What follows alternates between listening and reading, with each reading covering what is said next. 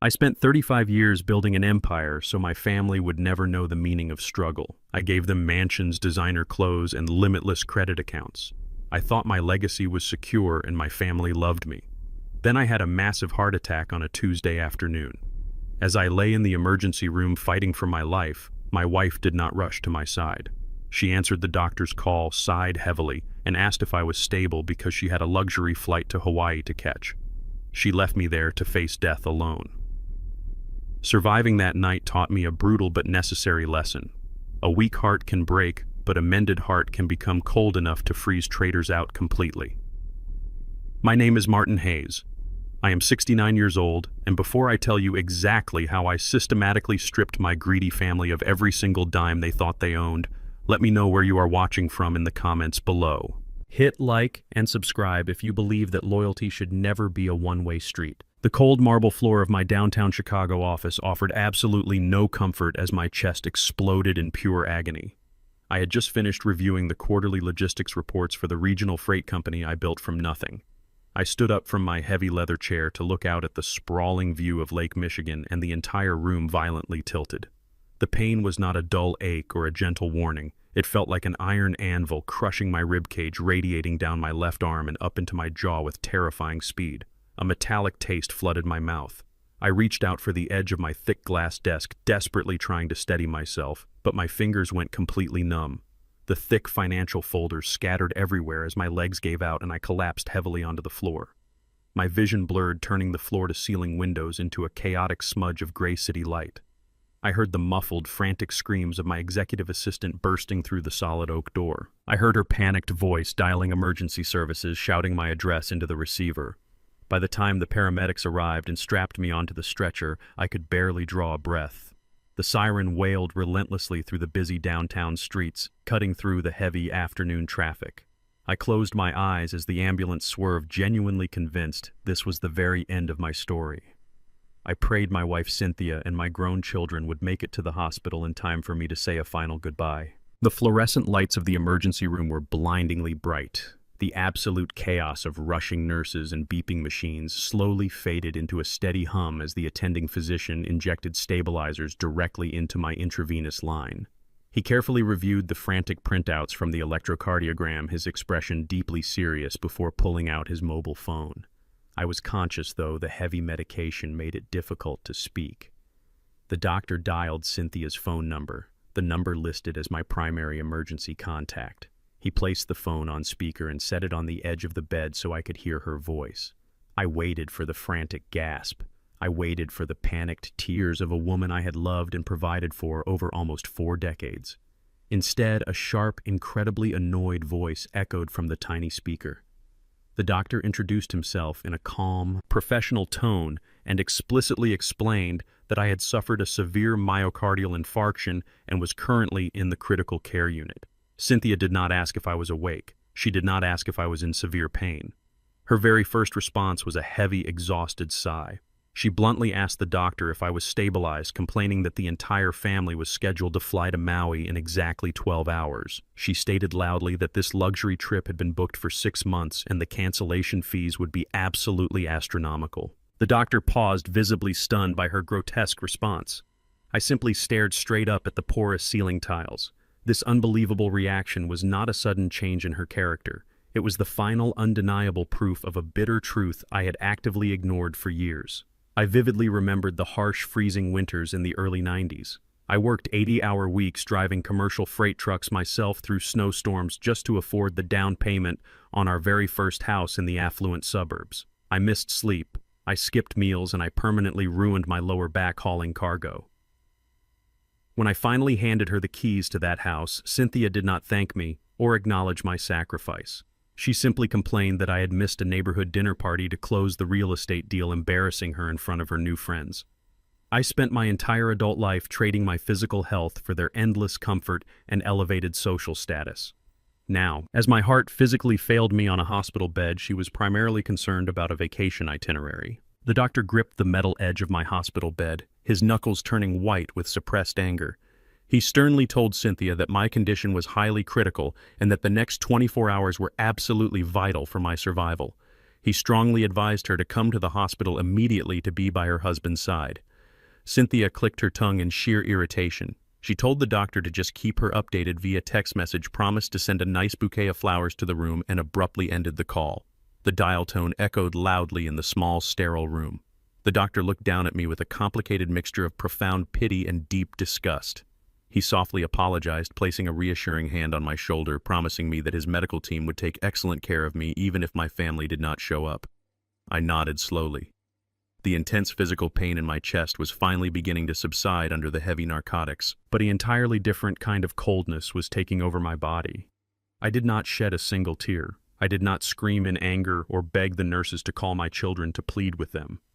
The initial shock washed away completely, leaving a stark, crystalline clarity in my mind. For 35 years, I had believed I was a respected husband and a beloved father. In that single defining moment, I realized I was nothing more than an automated teller machine to them. They viewed my entire life as a financial utility and my potential death as a minor administrative inconvenience to their lavish lifestyle. An hour later, the acute medical danger had officially passed, and the hospital staff carefully moved me to a private, quiet recovery room on the cardiac floor. The night nurse checked my vital signs one last time, gave me a sympathetic, knowing smile, and handed me my personal belongings sealed in a clear plastic bag. I reached inside and pulled out my smartphone. The screen instantly lit up with several pending notifications. A foolish, lingering part of my old self genuinely expected frantic text messages from my son Kendall or my daughter Jasmine. I naively assumed Cynthia had at least called them to explain that their father had nearly died and was lying in a hospital bed. I unlocked the screen to check my messages. There were absolutely zero messages from my children. There was not a single missed call from anyone in my household. Instead, the bright screen displayed an urgent automated fraud alert from my premium corporate black credit card. I opened the secure banking application to read the details. The notification detailed a newly cleared charge of exactly $12,000. The massive transaction was processed exactly 10 minutes after Cynthia hung up on the emergency room doctor. It was a non-refundable premium upgrade payment for an ultra-luxury private cabana at a 5-star resort in Maui. While I was lying helpless on a hospital bed with wires strapped to my failing chest, my wife was using my money to upgrade her beach vacation. I locked the screen and deliberately placed the phone face down on my bedside table. Every ounce of sadness completely evaporated from my soul, replaced by absolute surgical focus. I closed my eyes and began to meticulously calculate exactly how much money and property I legally controlled and exactly how fast I could take it all away. The heavy wooden door to my private recovery room swung open with a sudden jolt. The sharp, rhythmic clicking of designer high heels against the polished linoleum floor shattered the quiet hum of my heart monitor. I turned my head slowly, fighting the intense residual stiffness in my neck and the heavy fog of the intravenous pain medication. Cynthia marched into the room like a runway model late for a fashion show, followed closely by my son Kendall and my daughter Jasmine. They did not rush to my bedside in a panic. They did not reach out to hold my hand or frantically ask the attending nurses about my long-term prognosis. Instead, they dragged 3 massive matching Louis Vuitton suitcases directly into the sterile hospital environment. The brass wheels of their luggage squeaked loudly against the floor, a sound that felt completely absurd and highly offensive inside an intensive care unit. They were dressed entirely in pristine, brightly colored resort wear. Cynthia wore a wide-brimmed woven straw hat and oversized designer sunglasses, treating my critical medical emergency room like a brief, inconvenient layover terminal. Kendall checked his heavy gold Rolex watch, visibly annoyed by the mandatory detour. Jasmine was entirely preoccupied with her smartphone, rapidly typing out a message with her long acrylic nails without even glancing in my direction. The sheer audacity of their physical entrance wiped away any lingering foolish doubt I had left in my exhausted mind. They were not there to comfort a dying patriarch. They were there to secure the bag before the plane took off. Kendall finally stepped forward, pulling a thick manila envelope from his imported leather briefcase. He did not ask how my chest felt or if I was experiencing any lingering shortness of breath. He did not ask what the chief cardiologist had concluded about my blocked arteries. He simply pulled out a crisp, multi-page legal document and slapped it aggressively onto my plastic rolling tray table. It was a broad, temporary power of attorney agreement. Kendall offered a practiced, insincere smile, the exact kind of hollow smile he usually reserved for his wealthy country club friends when he needed a favor. He smoothly claimed he just needed my signature to keep the logistics company running efficiently while I recovered in the hospital, and they enjoyed their pre-planned family vacation. He spoke to me slowly, enunciating his words as if I were a naive, simple-minded child who could not comprehend basic business operations. He fundamentally misunderstood the man lying in this hospital bed. I built my massive freight empire from a single rusted leased truck by outsmarting ruthless union bosses, surviving predatory commercial lenders, and crushing aggressive corporate raiders. I spent decades of my life reading complex shipping contracts line by line under a desk lamp until my eyes burned. I knew exactly what a broad power of attorney entailed within the legal jurisdiction of the state of Illinois. With this specific, heavily weaponized document, Kendall could legally liquidate commercial assets, authorize massive company expenditures, reallocate investment portfolios, and completely bypass our corporate board of directors without a single vote. He wanted the absolute keys to the kingdom while I was physically incapacitated and heavily medicated. I looked at Kendall, observing the slight nervous sweat forming on his forehead. I looked at Cynthia, who was tapping her manicured nails impatiently against her expensive leather handbag, completely detached from the reality that her husband of 35 years had almost died a few hours ago. I did not argue with them. I did not throw the paper back in their arrogant faces or loudly lecture them on their despicable, unnatural greed. Anger is a loud, chaotic emotion that only serves to warn your enemies of your next strategic move. I chose absolute, impenetrable silence. I nodded weakly, perfectly, playing the role of an exhausted, broken, defeated old man. I reached forward for the sleek silver pen Kendall eagerly held out to me.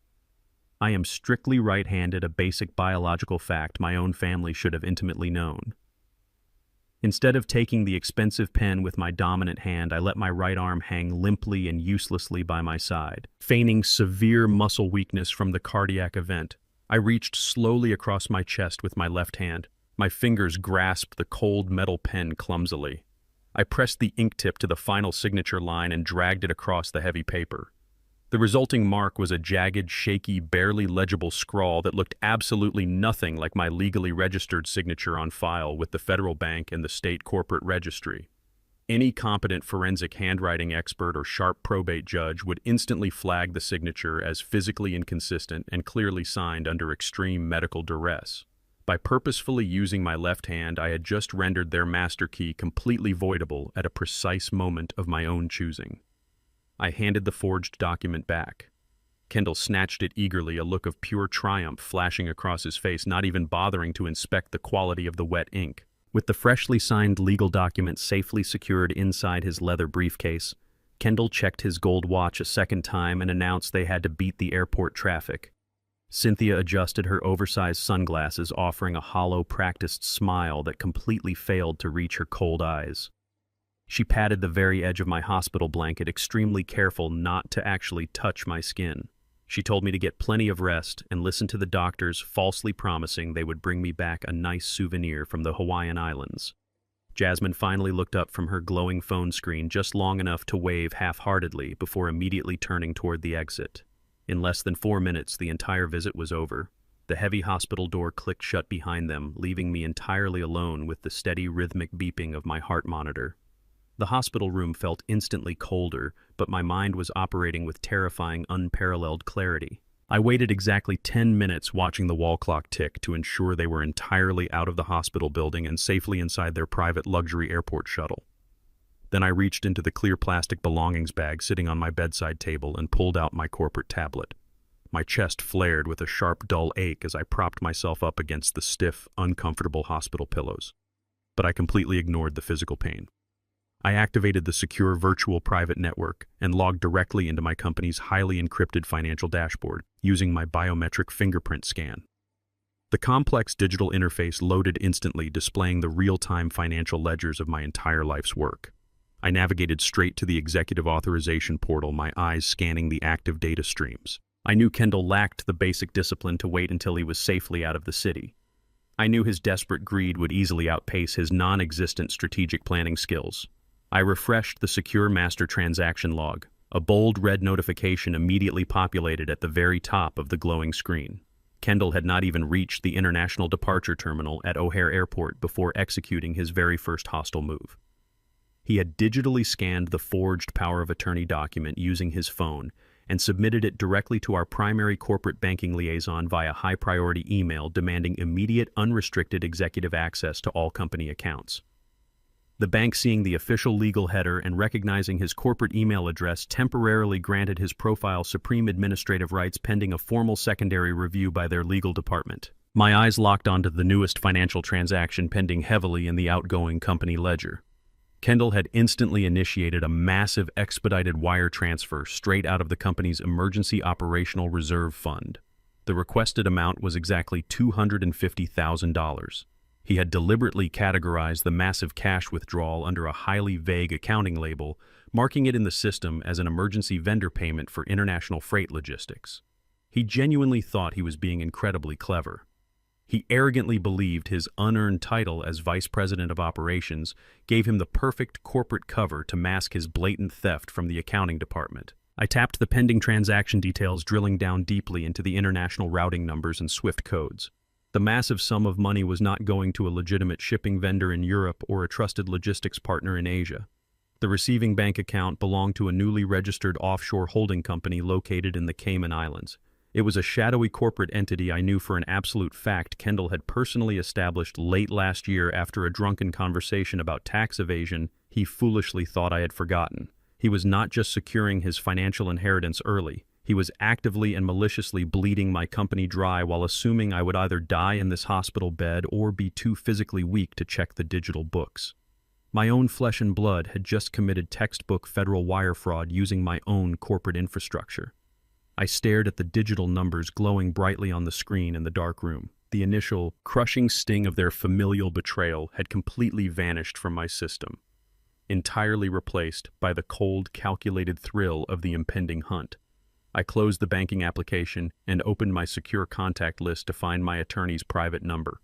It was time to initiate Protocol Omega. The rhythmic beeping of the heart monitor was the only sound left in my sterile recovery room, and it was entirely too loud for the highly sensitive conversation I needed to have. I reached up to my right index finger and firmly pinched the plastic clamp of the medical pulse oximeter. I slipped it off my finger carefully, placing the glowing red sensor flat against the warm skin of my inner forearm. This simple trick kept the machine reading a steady artificial pulse so the nursing staff at the main station would not rush in to check on me. I needed absolute, impenetrable privacy. I reached for my smartphone and dialed a private number I knew completely by heart. Robert Klein answered on the second ring. Robert was not just my primary corporate attorney. He was a ruthless legal architect who had helped me navigate the vicious underbelly of Chicago commercial real estate and freight logistics for 25 years. He was attending a high society charity gala, judging by the elegant classical music playing softly in the background of the call, but he answered my call immediately. I did not waste his time with pleasantries or medical updates regarding my cardiovascular health. I spoke in a low, measured tone. I told him to activate Protocol Omega. The classical music in the background instantly vanished as Robert stepped out of his crowded gala and into a quiet, secure hallway. Protocol Omega was a scorched earth legal contingency plan Robert and I had designed more than a decade ago. We originally built it to defend my massive logistics empire against aggressive predatory hedge funds attempting hostile corporate takeovers. The protocol was designed to immediately freeze vulnerable assets, lock out unverified executive credentials, and initiate a massive internal financial audit. I never in a million years imagined I would have to deploy this devastating corporate weapon against my own flesh and blood. I gave Robert a rapid, precise briefing of the immediate situation. I explained that my son had just used a temporarily authorized, entirely fraudulent executive profile to wire $250,000 straight out of the company's Emergency Operational Reserve Fund. I gave Robert the exact routing numbers showing the massive transfer was heading to an unregistered shell corporation located in the Cayman Islands. Robert immediately offered to contact the primary commercial bank's fraud department to cancel the wire transfer, secure the company funds, and revoke my son's executive access. I told him absolutely not. Stopping the international transfer right now would simply alert my son that I was awake, aware, and actively watching his digital footprint. I wanted the stolen money to move. I wanted him to feel the temporary intoxicating thrill of a successful corporate theft. Instead, I instructed Robert to use his high-level contacts at the Federal Banking Oversight Commission. I wanted him to quietly flag those specific international routing numbers under the Federal Patriot Act for an emergency anti-money laundering review. I knew exactly how the federal financial system operated. Once a suspicious activity report is formally filed by a major banking institution on an offshore transfer of that magnitude, the automated federal algorithms do not just freeze the transferred corporate funds. They automatically and instantly lock down every single domestic bank account, personal credit line, and private investment portfolio associated with the sender's social security number. By the time my arrogant son landed at the airport in Maui and tried to use his platinum card to buy his first expensive resort cocktail, his entire financial existence would be completely paralyzed by the federal government. He would be holding pieces of useless plastic thousands of miles away from home. Robert chuckled darkly on the other end of the line, immediately opening his encrypted laptop to execute the strategic financial strike. Robert typed furiously on his keyboard, initiating the devastating legal maneuvers with his usual clinical precision. I listened to the sharp clacking of the keys, fully expecting him to confirm the federal lockdown was complete in a matter of seconds. Instead, the rapid typing suddenly stopped. A heavy, highly uncomfortable silence filled the secure phone line. Robert possessed a famously calm demeanor. He was a man who regularly negotiated multi-million-dollar union settlements without ever blinking or raising his voice. But when he finally spoke to me, his voice carried a distinct edge of genuine, uncharacteristic alarm. He told me I had a much bigger problem on my hands than simple corporate embezzlement. While scanning the state and medical digital registries to lock down my personal real estate assets, Robert discovered an incoming high-priority legal flag attached directly to my primary medical file. My wife and my son had not just given the commercial bank a forged power of attorney document.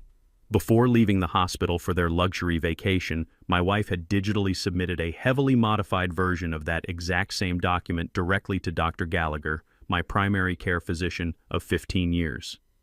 I asked Robert to read the attached legal addendum to me over the phone. My blood ran completely cold as I listened to the words. My wife had filed a formal, expedited medical proxy request demanding I be immediately evaluated for advanced rapid-onset cognitive decline. The sheer malice of their coordinated strategy finally crystallized in my mind, hitting me far harder than the actual heart attack. They did not just want temporary control of the logistics company while they lounged on a tropical beach. They were actively executing the very first legal steps to establish a permanent medical conservatorship. I understood the ruthless mechanics of guardianship laws. If a certified hospital doctor signed a piece of paper declaring me mentally incompetent due to the severe physical trauma of the myocardial infarction, my left-handed signature on their forged banking document would not even matter. They would legally own me. Under a permanent conservatorship, I would be instantly reduced to a ward of the state. I would be entirely stripped of my fundamental human right to manage my own corporate money, sell my own real estate properties, or even hire my own defense attorney. I would not be allowed to vote, drive a vehicle, or make a single decision about my own health care. They wanted to erase my legal personhood completely. Their ultimate goal was to lock me away in a secure, high-end nursing facility, dosing me with heavy sedatives, while they systematically dismantled my life's work and liquidated my empire to fund their lavish lifestyle. They were attempting a hostile takeover of my actual brain. Robert urgently advised me to refuse to speak to any hospital staff members. He told me to keep my mouth entirely shut and wait for him to arrive at the hospital with an emergency judicial injunction to block the psychiatric evaluation. He warned me that a hospital psychiatrist could be dispatched to my room at any moment, and anything I said could be aggressively twisted and used against me in a probate courtroom. He promised he was already in his car, speeding toward the downtown medical center. I told him to hurry and disconnected the call. I took a deep, shuddering breath, trying to slow my racing heart rate. I needed to remain completely calm. A sudden spike in my blood pressure would trigger the bedside alarms and draw unwanted medical attention. I placed my phone back into the clear plastic bag on the bedside table and carefully reattached the pulse oximeter to my index finger. I closed my eyes and began to meticulously review every single financial asset, hidden corporate account, and real estate deed I possessed. I needed to build a mental fortress before the enemy arrived. Before I could even finish securing my mental inventory, the heavy metal handle of my hospital room door slowly turned. The solid door pushed open with a soft click. It was not my friendly night nurse coming to check my intravenous fluid bags. It was not a medical technician coming to draw my blood. A tall, severe-looking man in a crisp, perfectly pressed white medical coat walked purposefully into the dimly lit room. He possessed cold, analytical eyes and carried a thick electronic medical tablet tucked under his arm. He held a small digital voice recorder in his right hand. He stepped up to the edge of my bed, looking down at me as if I were an interesting biological specimen rather than a human being. He introduced himself as the hospital's senior on-call psychiatric evaluator. He stated clearly that he had been ordered directly by my designated medical proxy to formally assess my mental fitness and cognitive awareness. Robert was too late. The legal slaughterhouse had arrived, and the evaluation determining the rest of my natural life was happening right now. The tall psychiatrist standing at the foot of my hospital bed introduced himself as Dr. Mitchell. He clicked the bright red recording button on his digital device and placed it carefully on my tray table. He looked down at me with a practiced, condescending smile. He adopted that distinct, overly gentle tone of voice that medical professionals reserve exclusively for young toddlers and the severely senile. He informed me that my wife had expressed deep, urgent concerns regarding my sudden mental confusion following the cardiac event. I knew exactly how this malicious psychological game was played. If I raised my voice in justified anger, he would document my behavior as aggressive, emotionally unstable, and paranoid. If I refused to answer his insulting questions, he would officially record my silence as severe cognitive decline and total noncompliance. Either reaction would give my family the exact legal ammunition they needed to strip away my human rights and place me under a permanent medical conservatorship. I remained perfectly still against the stiff hospital pillows, keeping my breathing even and my facial expression completely neutral. Dr. Mitchell pulled a pen from his crisp, white coat and asked me to state my full legal name. I answered him in a calm, steady voice. He then asked me if I knew exactly where I was, what day of the week it was, and who the current president of the United States was. These were the standard baseline questions designed to test reality orientation. I answered each one with deliberate clinical precision. His pen scratched lightly against the surface of his electronic tablet. He offered another patronizing smile and leaned forward slightly. He asked me to count backward from 100 by increments of 7. He was trying to test my working memory and basic executive function. I did not give him the satisfaction of playing his elementary school mathematics game. I decided to end the psychiatric duel before he could even finish asking his next question. I looked directly into Dr. Mitchell's cold eyes and completely dismantled his evaluation. I told him my name is Martin Hayes, and my resting heart rate was currently elevated strictly due to a severe myocardial infarction, not cognitive decay. I stated that I am the sole founder and majority shareholder of a regional freight logistics firm headquartered in downtown Chicago. I smoothly recited that my company grossed exactly $84,600,000 in the last fiscal year. I detailed that we currently operate a highly maintained fleet of 412 commercial transport vehicles across 7 Midwestern states. I informed him that our operating profit margin increased by 4.2% last quarter despite a sudden unexpected spike in commercial diesel prices across the national supply chain. I did not pause for a single breath. I watched the condescending smile entirely vanish from Dr. Mitchell's face as I shifted from corporate statistics to aggressive legal reality. I told the doctor I was intimately aware of the exact legal definition of fiduciary duty under Illinois state corporate law. I explained that a designated agent acting under a power of attorney is legally obligated to manage assets strictly for the benefit of the principal. I then explicitly laid out the exact trap my family was attempting to spring. I calmly explained that my wife Cynthia and my son Kendall had just submitted a modified, highly restrictive power of attorney document to my primary care physician.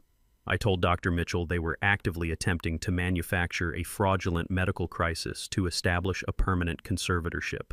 I explained their immediate goal was to completely bypass my corporate board of directors, liquidate my commercial assets, and illegally transfer my wealth to offshore accounts, while they vacationed at a luxury resort in Maui. I finished my statement by telling the doctor that if he signed any document declaring me mentally unfit based on my wife's fraudulent claims, my legal team would personally sue him for medical malpractice, gross negligence, and active participation in a federal corporate conspiracy. The heavy silence in the hospital room was absolute. The digital recorder on the tray table continued to quietly track the seconds. Dr. Mitchell stared at me, his pen completely frozen above his tablet. He was an educated man, and he instantly realized he had unknowingly stepped into the middle of a massive, ruthless corporate theft. The patient lying in the bed before him was not a confused, deteriorating old man suffering from dementia. I was a fully coherent, highly dangerous corporate titan who knew exactly how to destroy a career. Dr. Mitchell slowly reached out and pressed the stop button on his digital voice recorder. He cleared his throat nervously, stepping back from the edge of my bed. He tapped his screen rapidly, formally logging his professional medical conclusion. He stated aloud that I possessed exceptional executive function, acute situational awareness, and total cognitive clarity. He officially cleared me of any mental defects and securely signed the digital authorization with his electronic credentials. He politely wished me a swift recovery and quickly exited the room, eager to escape the immense legal liability I had just placed on his shoulders. The heavy door clicked shut behind the psychiatrist just as it swung open again. A fraction of a second later, Robert Klein, my primary corporate attorney, rushed into my room carrying a thick leather briefcase. His tailored suit was slightly rumpled from his frantic drive across the city. He pulled out a massive stack of freshly printed legal injunctions, fully prepared to physically block the medical staff from conducting the psychiatric evaluation. I raised my left hand, gesturing for him to lower his paperwork. I calmly informed Robert that the evaluation was already over and I had passed with perfect marks. I told him the hospital records now definitively proved I was of entirely sound mind. Robert let out a long, heavy breath of sheer relief, dropping the useless injunctions onto the nearest visitor chair.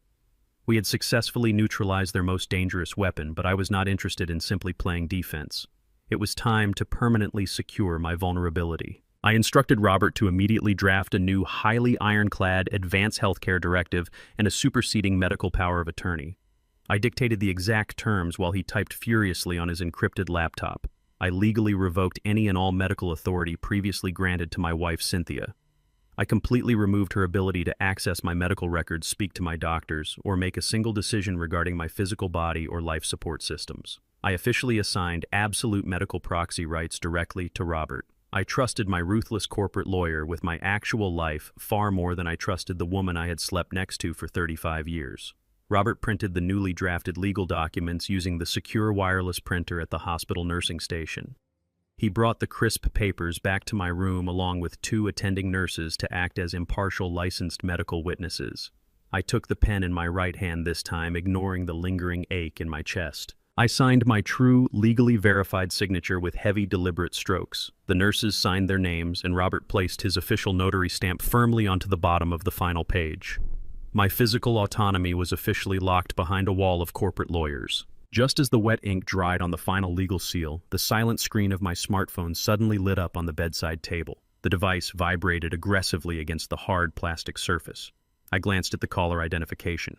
It was Kendall calling directly from his luxury hotel in Hawaii. He was supposed to be sipping expensive cocktails on a private beach right now. Instead, he was calling me with frantic, desperate persistence. Protocol Omega had successfully hit its designated target. The federal anti-money laundering algorithms had completely paralyzed his financial existence. I looked at Robert, who simply closed his briefcase and offered a cold, knowing smirk. I reached out and picked up the phone. I cleared my throat, instantly dropping my sharp, commanding tone. I softened my voice, taking a shallow, shaky breath to perfectly mimic the sound of a weak, confused, and heavily medicated old man. I swiped the screen to accept the international call. Before I could even say a word, Kendall was already screaming through the receiver. His voice was completely frantic, echoing with public embarrassment as he demanded to know why every single one of his platinum credit cards was suddenly declining at a high-end designer boutique in Maui. The screaming pouring out of the tiny phone speaker was so intensely loud that I actually had to pull the device several inches away from my ear. Kendall was absolutely losing his mind on the other end of the line. He yelled that he was standing squarely in the middle of an exclusive high-end designer boutique on the island of Maui, surrounded by wealthy tourists and incredibly judgmental sales clerks. He angrily informed me that every single one of his platinum corporate credit cards was returning a declined status at the register. He had attempted to purchase several $1,000s worth of imported watches and luxury resort wear, only to be publicly humiliated when the electronic payment terminal repeatedly rejected his signature. He blamed me entirely for this massive social embarrassment.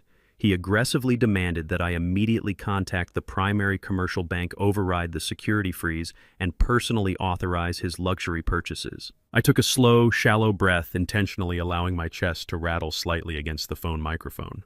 I made my voice sound incredibly raspy, weak, and profoundly frail. I told him I simply did not understand what was happening with the corporate accounts. I told him my chest still hurt terribly from the massive myocardial infarction, and the hospital doctors had me heavily medicated on powerful intravenous narcotics.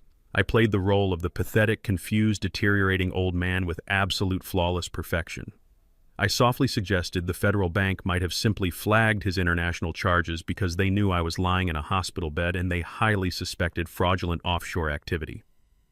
Instead of expressing a single ounce of sympathy or basic human understanding for my critical medical state, Kendall let out a vicious string of hateful curses. He called me a useless old fool and screamed that my incompetence was deliberately ruining their meticulously planned family vacation.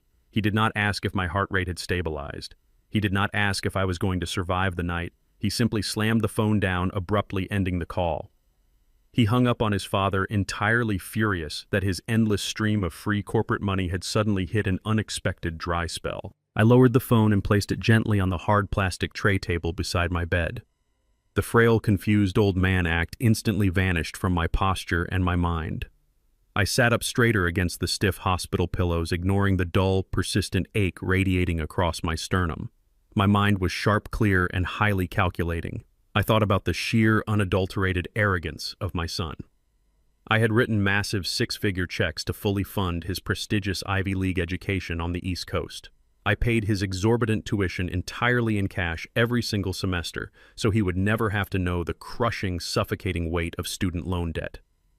I bought him a luxury condominium near the university campus, so he would not have to endure the basic indignity of sharing a crowded dormitory with normal students.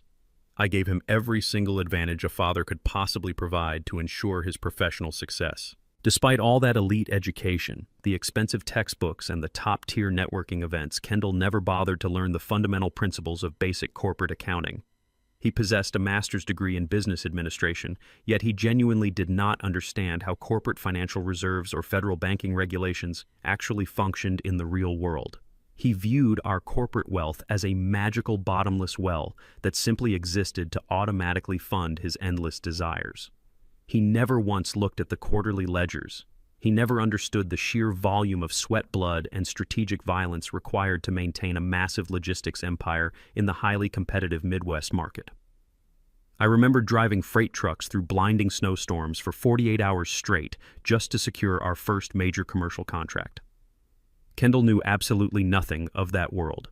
He was nothing more than a spoiled boy playing dress-up in a tailored Italian suit, wholly dependent on the very man he was actively trying to legally destroy. It was time to give my entitled son his very first real-world lesson in absolute corporate finance. I picked up my secure tablet again and navigated straight to the executive banking portal. I bypassed the standard authorization screens using my biometric fingerprint scan and administrative override codes. I pulled up the primary corporate credit accounts permanently assigned to both Kendall and his sister Jasmine. They had treated these accounts like their personal piggy banks for over a decade, casually charging expensive steakhouse dinners, luxury vehicle leases, and exclusive private club memberships under the fraudulent guise of client entertainment and corporate networking. With 3 quick, highly decisive taps on the glowing glass screen, I officially severed their financial lifelines. I did not just lower their daily spending limits. I reduced their available balances to 0 and permanently revoked their cardholder privileges across the entire banking network. I was not nearly finished with them. I opened the master corporate accounting software and pulled up the detailed expense report for their current Hawaiian vacation. Kendall had brazenly coded the entire $85,000 luxury trip as an annual executive corporate retreat. He was completely writing off their first-class flights, 5-star resort cabanas, private boat charters, and expensive tropical meals as legitimate business expenses to avoid paying corporate taxes. I digitally struck a heavy red line through the official classification. I manually reclassified every single penny of that $85,000. I officially designated the entire massive amount as a personal taxable shareholder loan issued directly from the logistics company to Kendall and Jasmine as private individuals. By legally altering this specific internal classification, I had just triggered an automatic reporting requirement directly to the Internal Revenue Service. Our automated accounting system would instantly generate tax forms reflecting this massive transfer of personal wealth. They did not just owe my company the money back. They now owed the federal government massive, unavoidable taxes on undeclared personal income. If they failed to report this newly classified loan on their next personal tax return, it would instantly trigger a devastating federal audit for corporate embezzlement and tax evasion. I digitally signed the ledger update with my secure executive credentials and permanently locked the file against any future internal modifications. I took a brief moment to drink some cold water from the plastic cup on my bedside table, feeling a deep, profound sense of strategic satisfaction. The financial noose was officially tightening securely around their necks, and they were thousands of miles away, entirely powerless to stop the legal machinery I had set in motion. Then a highly distinct, sharp chime echoed loudly from my tablet. It was not a standard banking notification or a typical corporate email alert. It was a severe, urgent security warning triggered directly by my private encrypted cloud storage network. I opened the master security dashboard and immediately analyzed the incoming data logs streaming rapidly across the screen. Someone was actively attempting to breach my personal digital vault. The advanced security system successfully traced the hostile internet protocol address straight back to the exact luxury resort in Maui where my family was currently staying. I checked the specific device identification profile attached to the hostile login attempts. It was not Kendall or Cynthia trying to blindly guess my passwords. The digital signature belonged exclusively to Ethan, my completely useless son-in-law. Ethan was a chronically failed technology entrepreneur who had spent the last 5 agonizing years constantly begging me to invest my hard-earned money into his terrible, doomed software startup ideas. He had always arrogantly believed he was the smartest person in any room he entered, constantly looking down on my blue-collar logistics background despite living entirely off my wealth. Operating under the absolute foolish assumption that I was physically incapacitated and heavily sedated in the intensive care unit, Ethan was secretly launching a brute-force cyber attack against my personal private servers. I watched the live security logs as he aggressively tried to bypass my 2-factor authentication protocols using automated password recovery loopholes. He was not aiming for my corporate bank accounts or the logistics company files. He was specifically targeting the highly restricted digital folder containing the master passwords and original legal deeds to our family's entire joint real estate portfolio. He was trying to digitally steal the legal documentation for our 10,000 square foot primary mansion, our commercial real estate lots, and my private investment properties. He wanted complete unrestricted control of the family estate before I even had the chance to draw my final breath in this hospital. I watched the glowing security logs scroll relentlessly down my encrypted tablet screen, tracking every single pathetic keystroke Ethan made from his luxury hotel room in Hawaii. He was aggressively running an automated password cracking script he had likely purchased on the dark web, entirely convinced he was a sophisticated technological genius. He fundamentally misunderstood both the complexity of my digital infrastructure and the sheer depth of my professional paranoia. I had anticipated a direct digital breach the exact moment the paramedics strapped me to the stretcher in my office. Hours before my useless son-in-law even connected his imported laptop to the expensive resort Wi-Fi network, I had permanently locked down the master cloud server. I instituted a hard military-grade encrypted firewall that required physical biometric authentication from my personal devices to access any corporate or legal documents. I sat back against the stiff hospital pillows and watched his digital attacks bounce harmlessly off my servers like rain against reinforced glass. Ethan was specifically trying to steal the original deeds to our family real estate portfolio, along with my private estate planning documents and the master trust certificates. He genuinely believed that if he could digitally secure the underlying paperwork, he could illegally leverage the properties to fund his chronically failing software startup or secure a massive unsecured line of credit from a predatory lender. The sheer audacity of his clumsy cyber attack triggered a completely new, profound realization in my strategic planning. Cutting off their corporate credit cards was simply a temporary, surface-level inconvenience.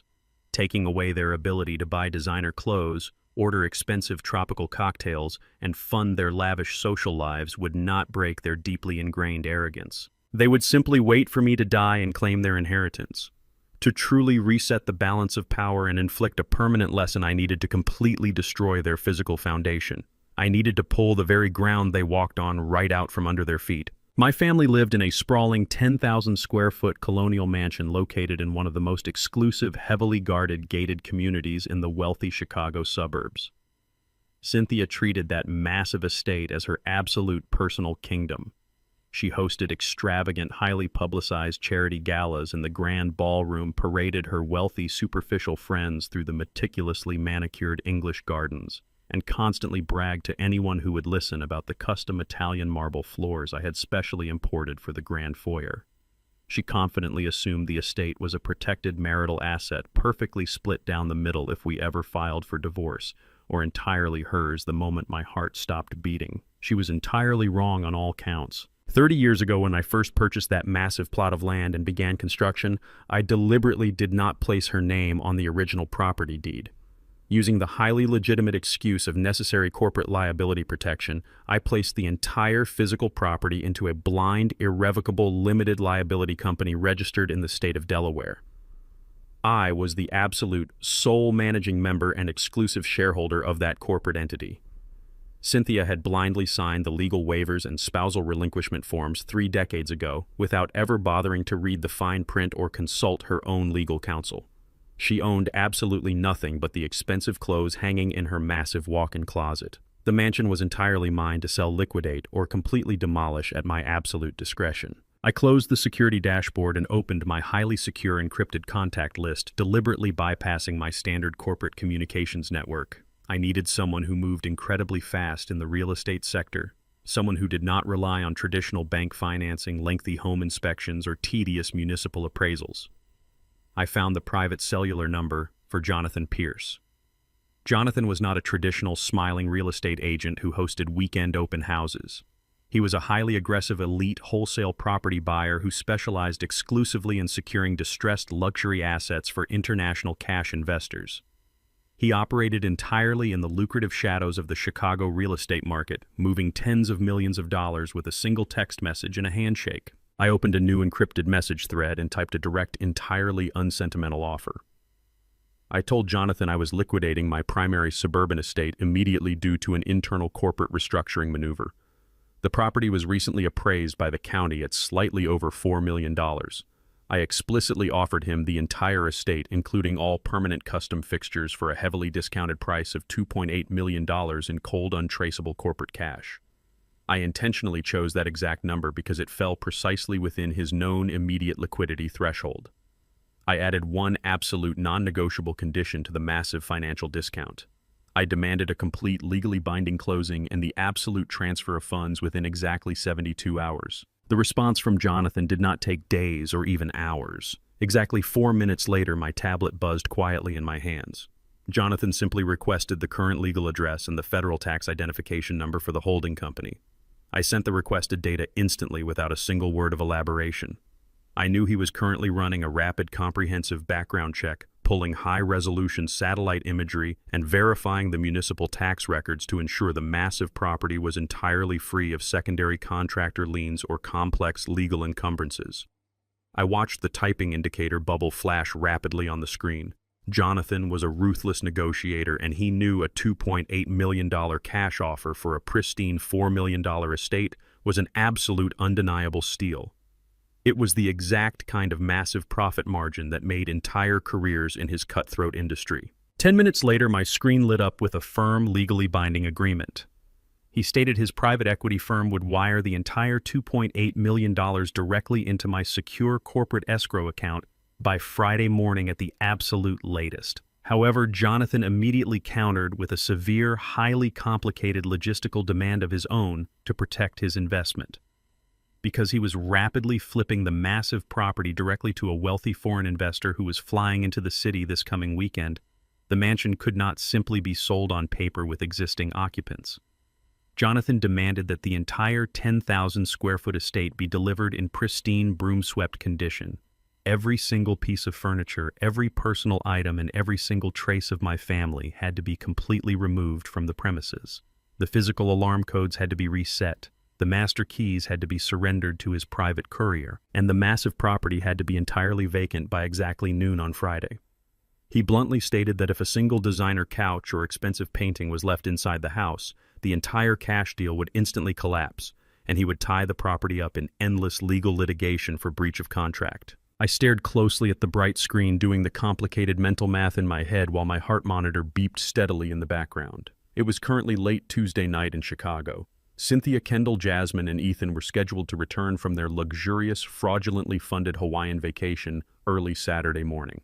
I had just legally sold their beloved, impenetrable sanctuary right out from under their feet.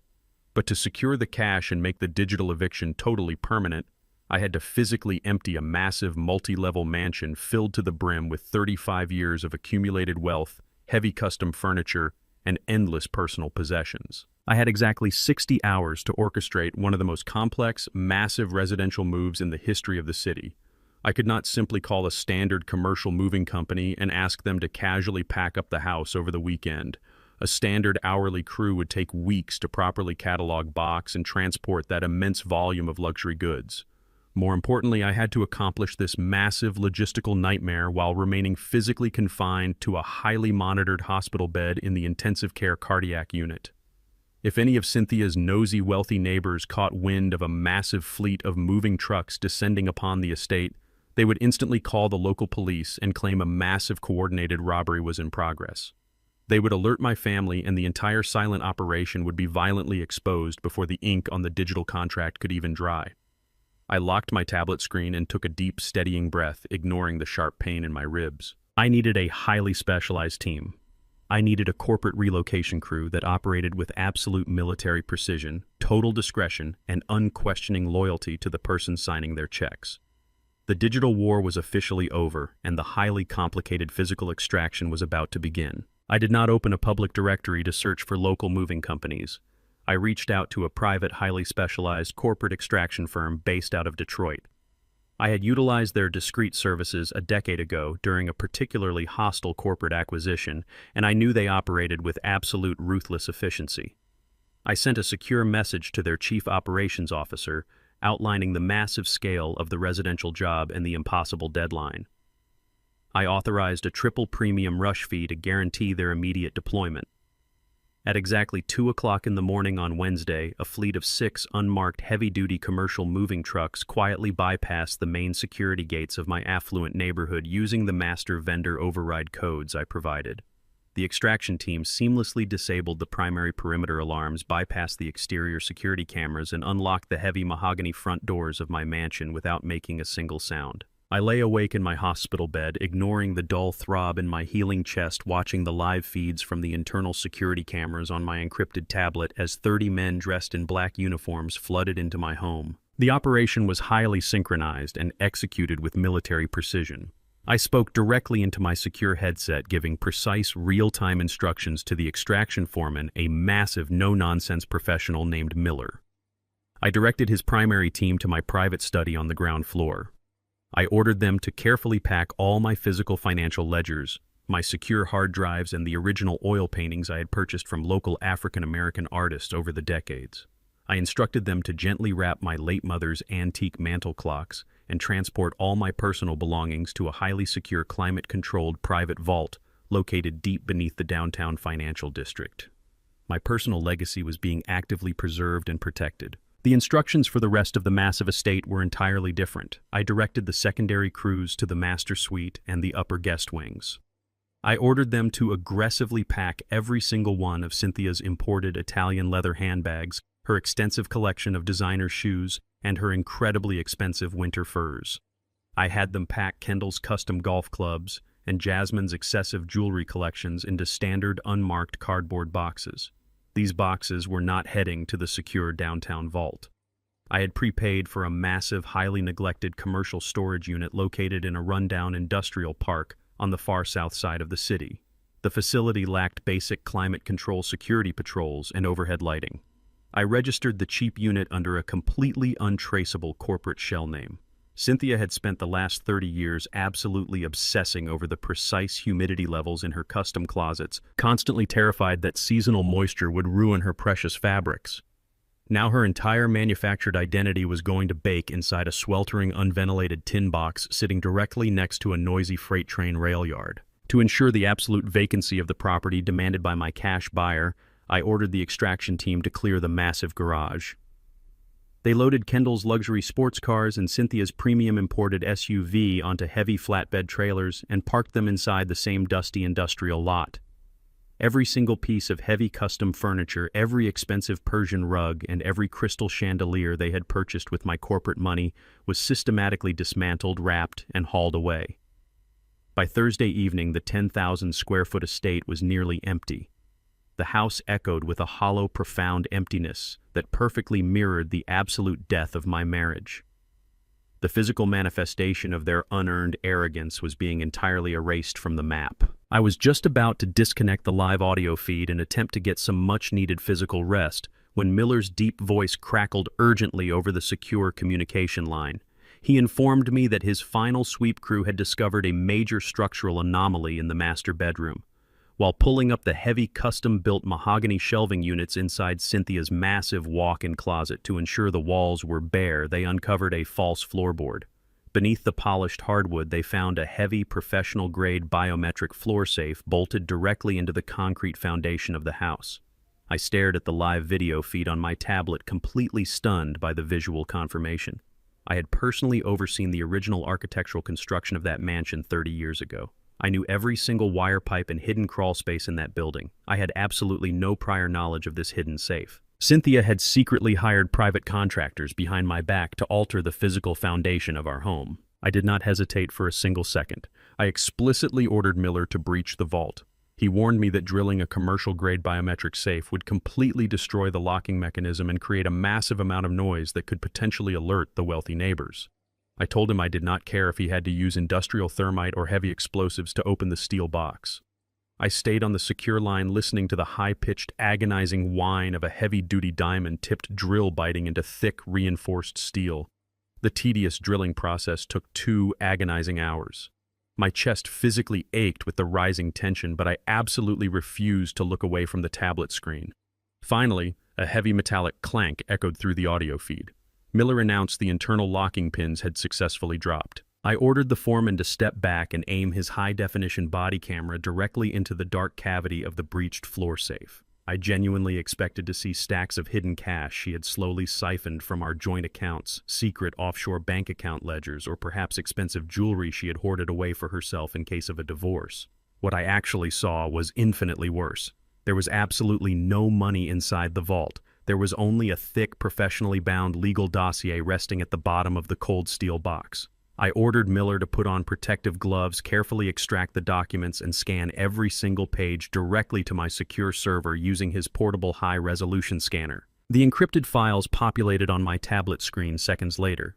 I zoomed in on the official letterhead of the primary document. It was a formal, heavily negotiated contract between my wife and the chief executive officer of a massive rival logistics conglomerate based in New York. The documents outlined a comprehensive, multi-million-dollar hostile takeover strategy. Cynthia had signed an ironclad legal agreement promising to leverage her expected medical conservatorship over me to forcefully sell my entire freight empire to my biggest competitor at a tiny fraction of its actual market value. In exchange for entirely betraying my life's work and dismantling the company I built from nothing, the rival corporation had legally guaranteed her a massive 8-figure cash payout and a permanent silent seat on their corporate board of directors.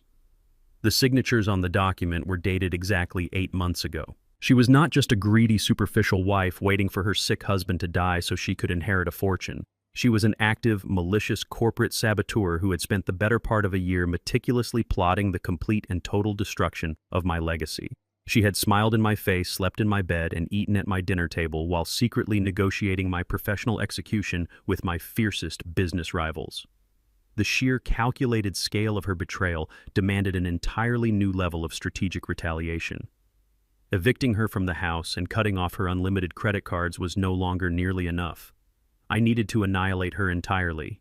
I needed to ensure that when she finally returned from Hawaii, she would have absolutely nothing left to her name, not even the illusion of power. I locked the scanned documents into my secure digital vault and immediately drafted an emergency email to my corporate board of directors to initiate the final phase of my counterattack. I stared at the scanned pages of the hostile takeover agreement glowing brightly on my encrypted tablet screen, my mind racing through the complex legal implications. Cynthia and Kendall had not just negotiated a massive payout for themselves. They had structured the illicit deal to actively trigger crippling penalty clauses against my logistics company the very moment the corporate transfer was finalized. The competitor they were selling me out to was specifically acquiring my firm just to strip its valuable assets, dissolve the existing union contracts, and permanently eliminate the brand I had spent my entire adult life building from the ground up. My own flesh and blood had sold my professional soul for 30 pieces of silver. I could not simply fire Kendall and Jasmine from their high-ranking executive positions. I had foolishly structured their original employment contracts years ago when I still blindly trusted them. Their contracts included ironclad golden parachute severance clauses. If I terminated them without legally proving gross negligence in a court of law, a process that would take months and cost millions in legal fees, the company would be legally obligated to pay them 3 years of their massive executive salaries in full, plus guaranteed stock options. I refused to hand them another single dime of my money as a reward for their ultimate betrayal. I needed a structural loophole, a corporate maneuver so massive and legally complex that their lucrative executive contracts would simply cease to exist. I disconnected the secure communication line with the extraction team foreman and immediately dialed Robert Klein's private number again. It was just past 4 in the morning, but my attorney answered on the first ring, his voice sharp and alert. I sent him the scanned documents from the hidden safe. I listened to his low, incredulous whistle as he rapidly processed the sheer scale of the legal treachery Cynthia had orchestrated. I told Robert that defending our corporate borders was no longer a viable long-term strategy.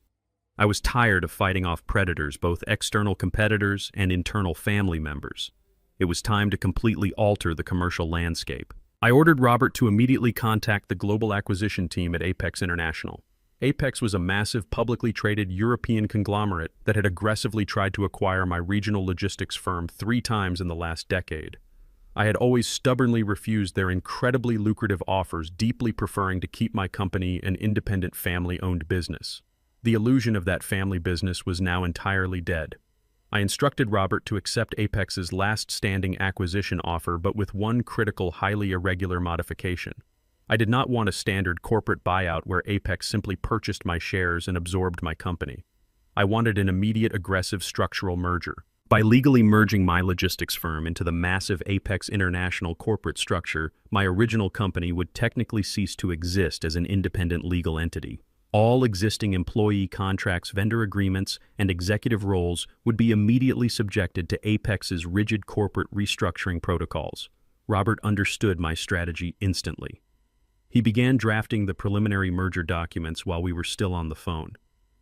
Because I still retained 85% of the voting shares in my company, I did not need approval from Kendall Jasmine or the board of directors to unilaterally execute the merger.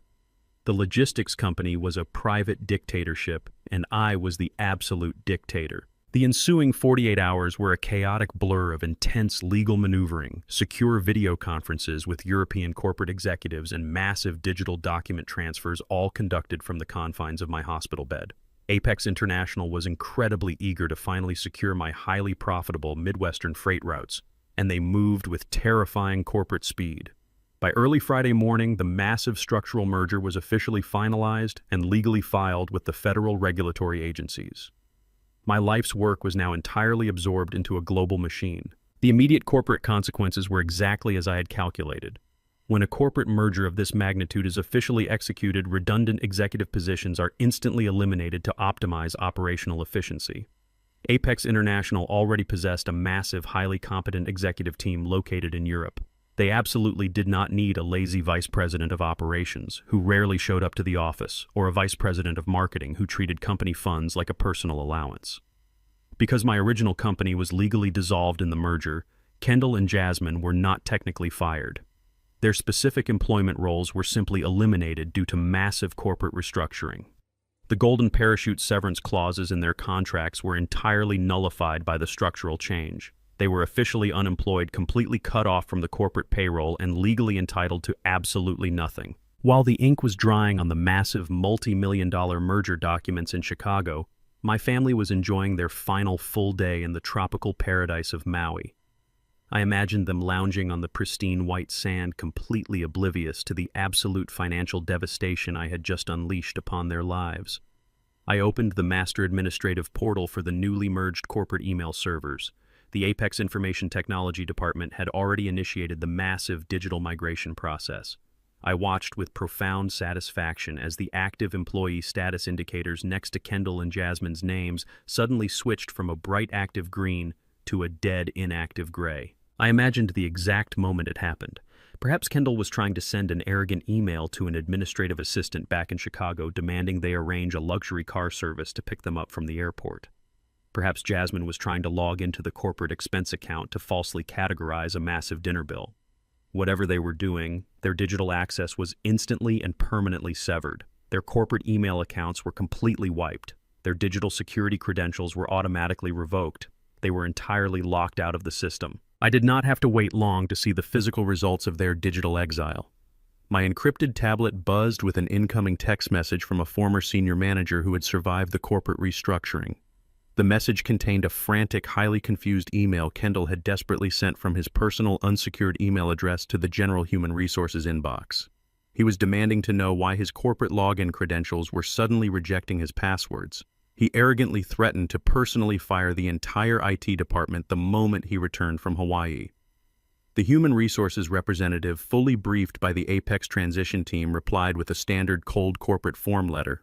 They formally informed Kendall that his position had been eliminated due to the recent structural merger and requested he immediately return all corporate property, including laptops, tablets, and vehicles. The absolute panic must have set in instantly.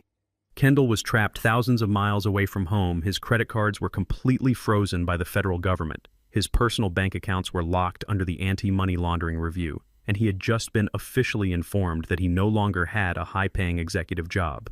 He had absolutely no incoming salary, no corporate expense accounts to abuse, and no legal standing to fight the massive merger. The intricate, comfortable web of nepotism and stolen wealth they had relied on for their entire adult lives was completely destroyed. I locked my tablet and carefully set it on the bedside table. The intense, high-stakes corporate warfare of the last few days had taken a severe physical toll on my healing body. My chest ached with a deep, throbbing exhaustion, but my mind was incredibly peaceful. The surgical extraction of my toxic family from my financial empire was finally complete. The massive 10,000-square-foot mansion in the suburbs was completely empty and legally sold to a cash buyer. The logistics company I had built was safely merged into an untouchable global conglomerate. My personal wealth and legacy assets were locked securely behind impenetrable legal trusts. I closed my eyes and allowed myself to truly rest for the very first time since the paramedics rushed me into the emergency room. I knew exactly what was coming next. My arrogant, entitled family was scheduled to board their long flight back to Chicago tomorrow morning. They were returning home entirely expecting to resume their luxurious, comfortable lives while casually finalizing my legal conservatorship. They had absolutely no idea they were flying straight into a solid brick wall of reality. The silent phase of my retaliation was officially over. The brutal, highly visible consequences of their greed were about to begin. The morning sun rose over the pristine beaches of Maui, casting a golden light over the luxury resort where my family had spent the last 6 days living like absolute royalty on my stolen dime. I knew the exact timeline of their impending destruction because I had personally contacted the resort's general manager the night before. I had formally notified the hotel that the corporate card on file was strictly invalid and actively under federal investigation for wire fraud. I specifically requested that the management team treat the final checkout process with extreme, uncompromising financial prejudice. Through the detailed incident report and the security footage the manager later forwarded directly to my encrypted tablet, I watched the arrogant facade of my family completely disintegrate in real time. It was shortly before 11 in the morning when Cynthia, Kendall, Jasmine, Megan, and Ethan confidently strolled into the open-air, marble-lined lobby of the five-star resort. They were heavily tanned, completely relaxed, and dressed in freshly purchased designer resort wear. A team of uniformed bellhops trailed behind them, pushing heavy brass luggage carts piled high with their matching imported suitcases. They approached the VIP concierge desk with the casual, entitled swagger of people who genuinely believed the entire world owed them a luxurious living.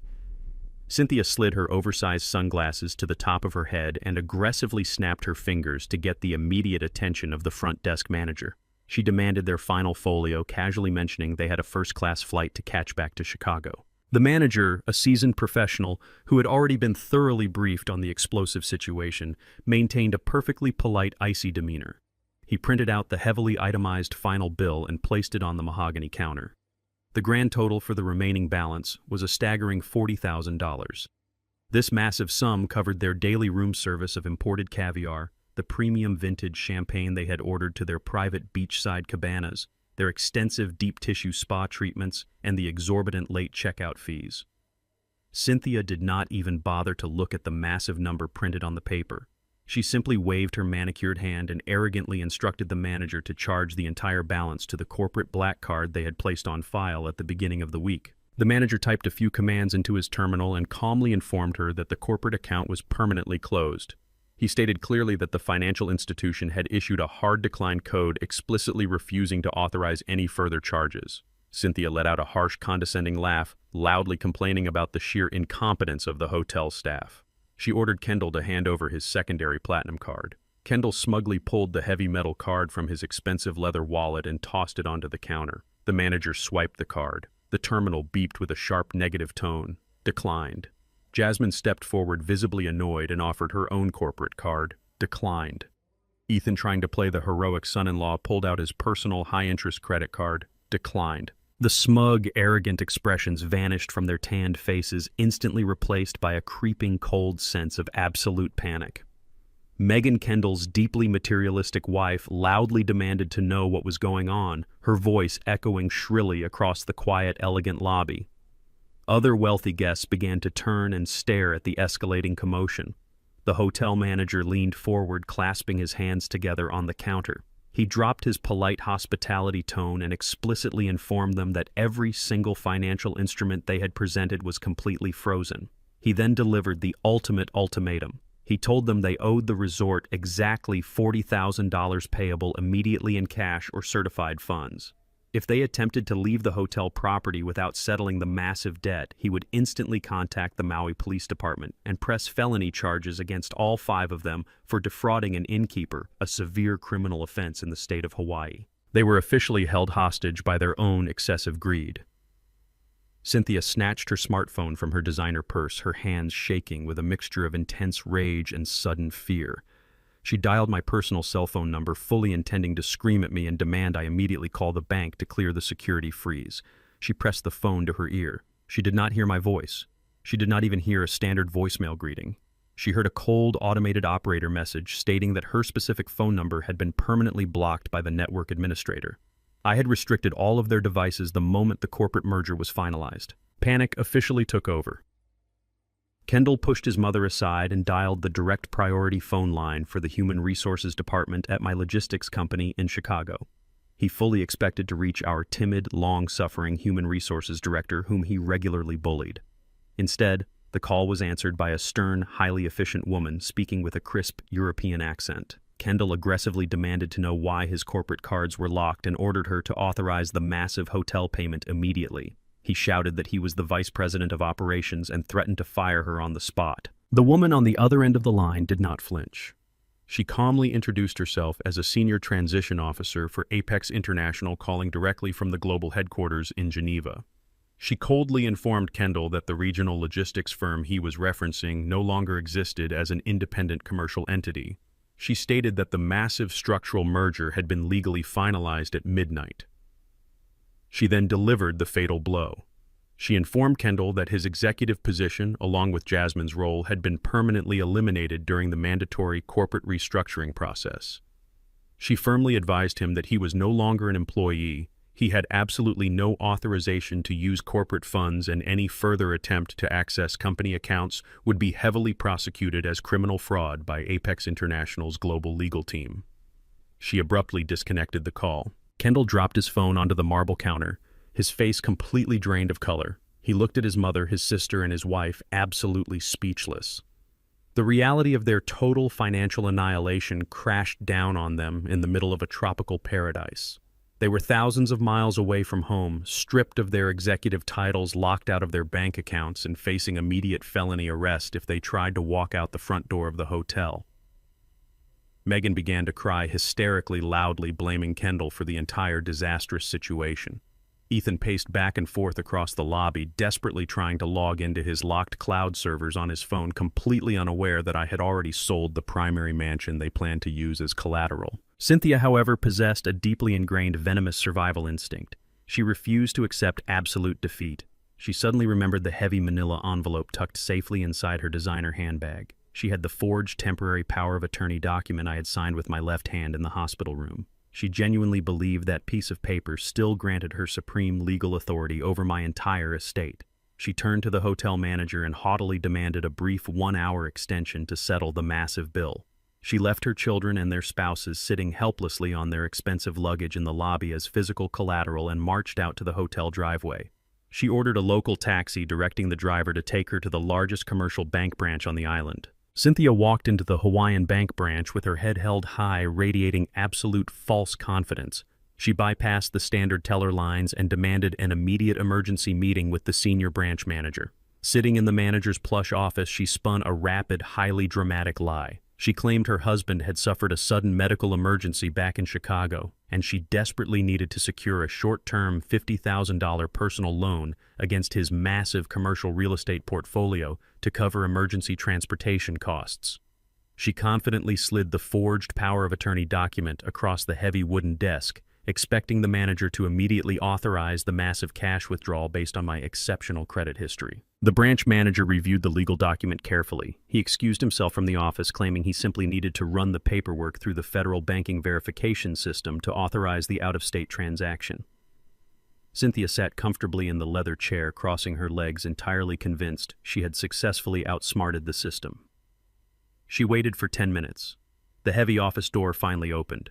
The branch manager did not return with a stack of fresh cash or a cashier's check. He walked back into the room, accompanied by 2 large, stern-looking armed bank security guards. The manager placed the power of attorney document back on the desk, but he kept his hand firmly over it. He looked at Cynthia with absolute professional disdain. He informed her that the exact legal instrument she had just presented was flagged in the National Banking Database by the Federal Bureau of Investigation exactly 48 hours ago. Because Robert had initiated Protocol Omega, the forged document was legally classified as an active component in a federal wire fraud investigation.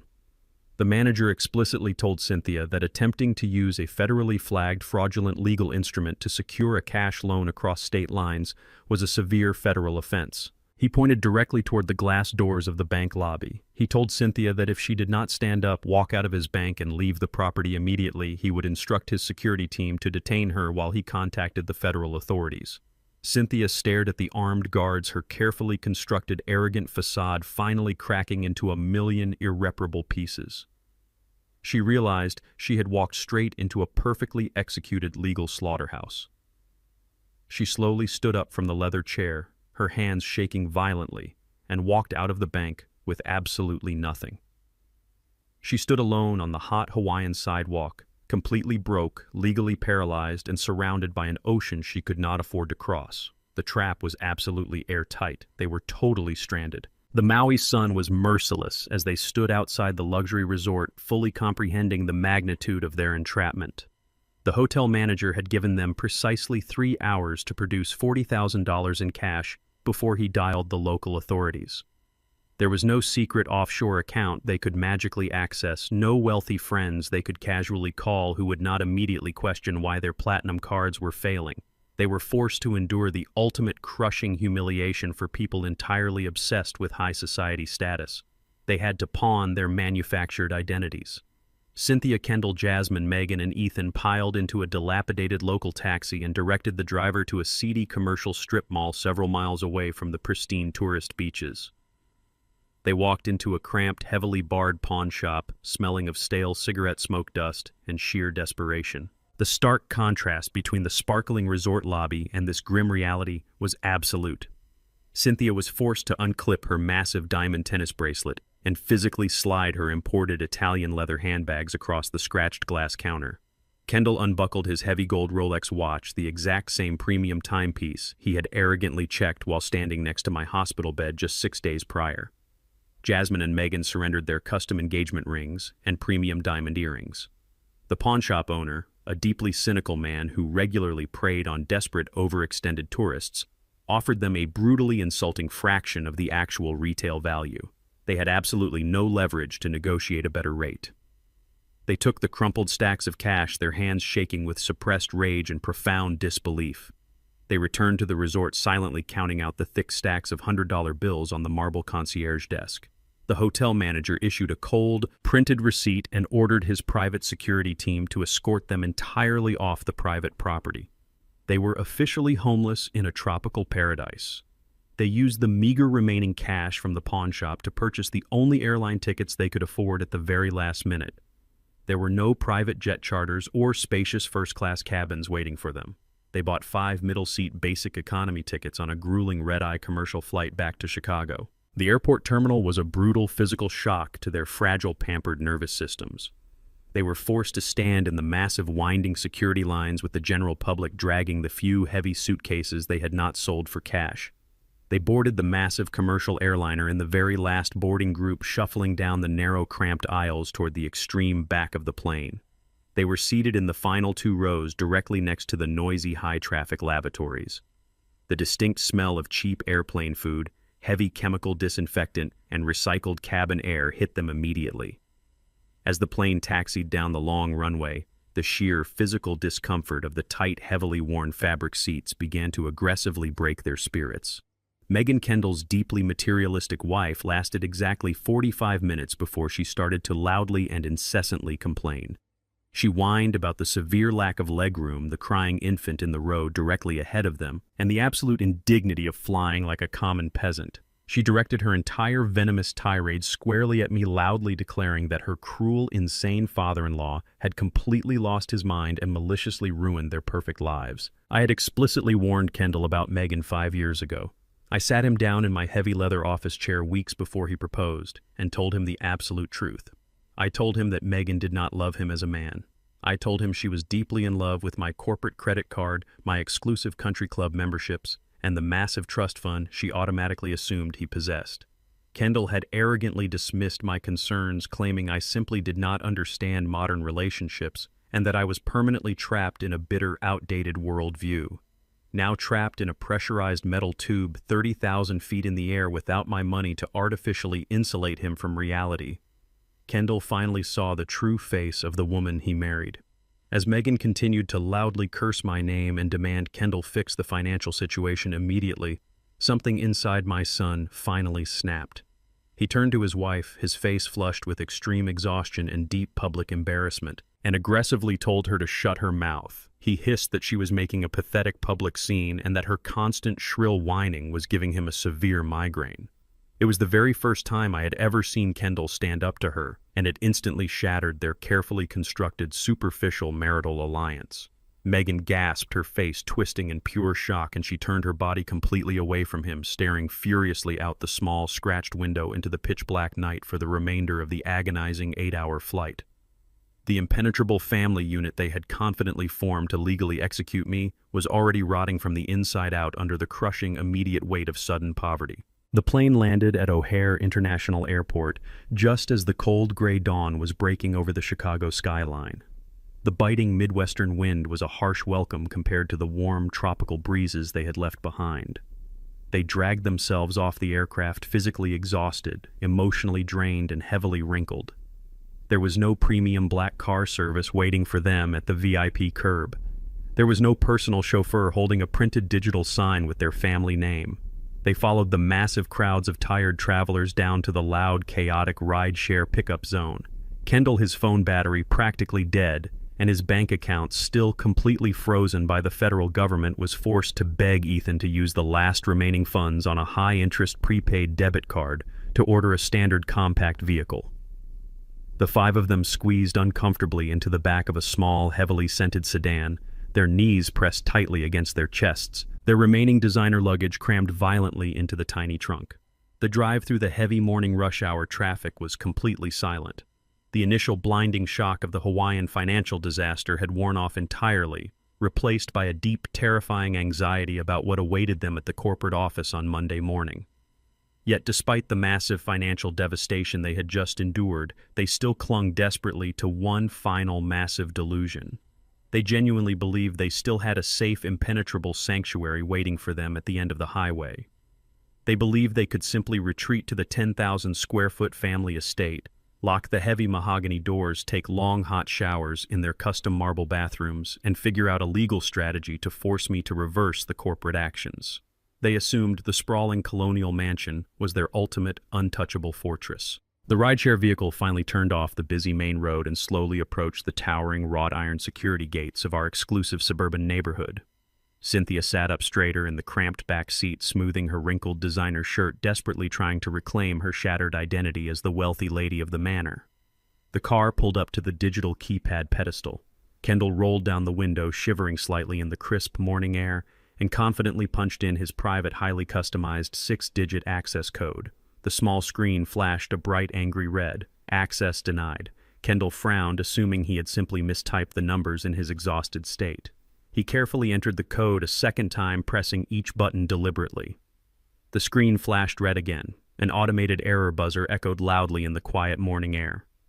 The rideshare driver sighed heavily, tapping his fingers against the steering wheel, eager to drop them off and collect his fare. Cynthia clicked her tongue in sheer irritation, leaning forward from the back seat to aggressively punch in her own master administrative code. The system immediately rejected her input. Jasmine tried her code. Ethan tried his. Every single digital combination they entered was completely invalid. The heavy iron gates remained firmly locked, entirely blocking their entry into the wealthy neighborhood.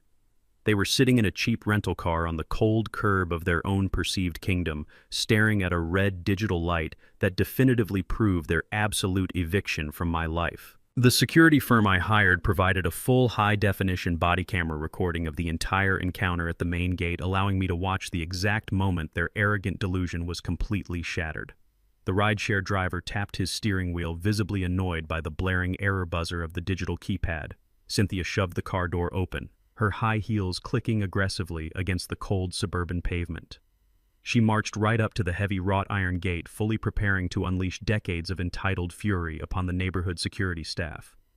She expected to see old Henry, the timid night watchman she regularly threatened to have fired whenever he took too long to open the gates for her wealthy friends. Instead, the small reinforced pedestrian door adjacent to the main driveway clicked open. Two massive men stepped out into the crisp morning air. They were not wearing the standard friendly neighborhood security polos.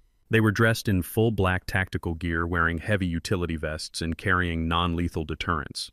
They were elite private corporate contractors hired directly by Jonathan Pierce to secure his newly purchased multi-million-dollar investment. Cynthia did not back down. She pointed a perfectly manicured finger at the lead contractor and screamed that she was the absolute lady of the house. She demanded they manually override the system immediately and let her family inside to rest. The lead contractor did not flinch. He did not apologize for the inconvenience. He calmly pulled a heavy clipboard from his tactical vest and asked her to explicitly confirm her legal identity. When she aggressively shouted her name, he nodded once, detached a thick, officially stamped legal document from his clipboard, and extended his hand through the iron bars. He informed her in a flat, unyielding voice that the property located at this exact address had been legally sold in a private all-cash corporate transaction. He stated that the new owners, an international private equity firm, had taken absolute physical possession of the estate at exactly noon the previous day. He advised her that her electronic access codes had been permanently deactivated and that she was currently trespassing on strictly private property. Cynthia snatched the paper from his hand, her eyes scanning the bold legal print. She saw the official county seals, the municipal transfer stamps, and the undeniable signature of the corporate holding company I entirely controlled. The warm tropical tan completely drained from her face, leaving her looking hollow and suddenly very old. The 10,000-square-foot colonial mansion, the grand ballroom, the custom Italian marble floors, and the meticulously manicured English gardens were officially gone. She stammered, her voice suddenly losing all of its arrogant power. She demanded to know what had happened to the interior contents of the house. She screamed about her imported designer clothes, her highly expensive jewelry, and her custom furniture, genuinely terrified that the new owners had thrown her precious belongings into a landfill. The contractor remained completely stoic. He reached into his tactical vest a second time and produced a plain, unmarked manila envelope. He slid it carefully through the iron bars. He stated that the previous owner had instructed his team to provide her with this specific envelope regarding the relocation of her personal effects.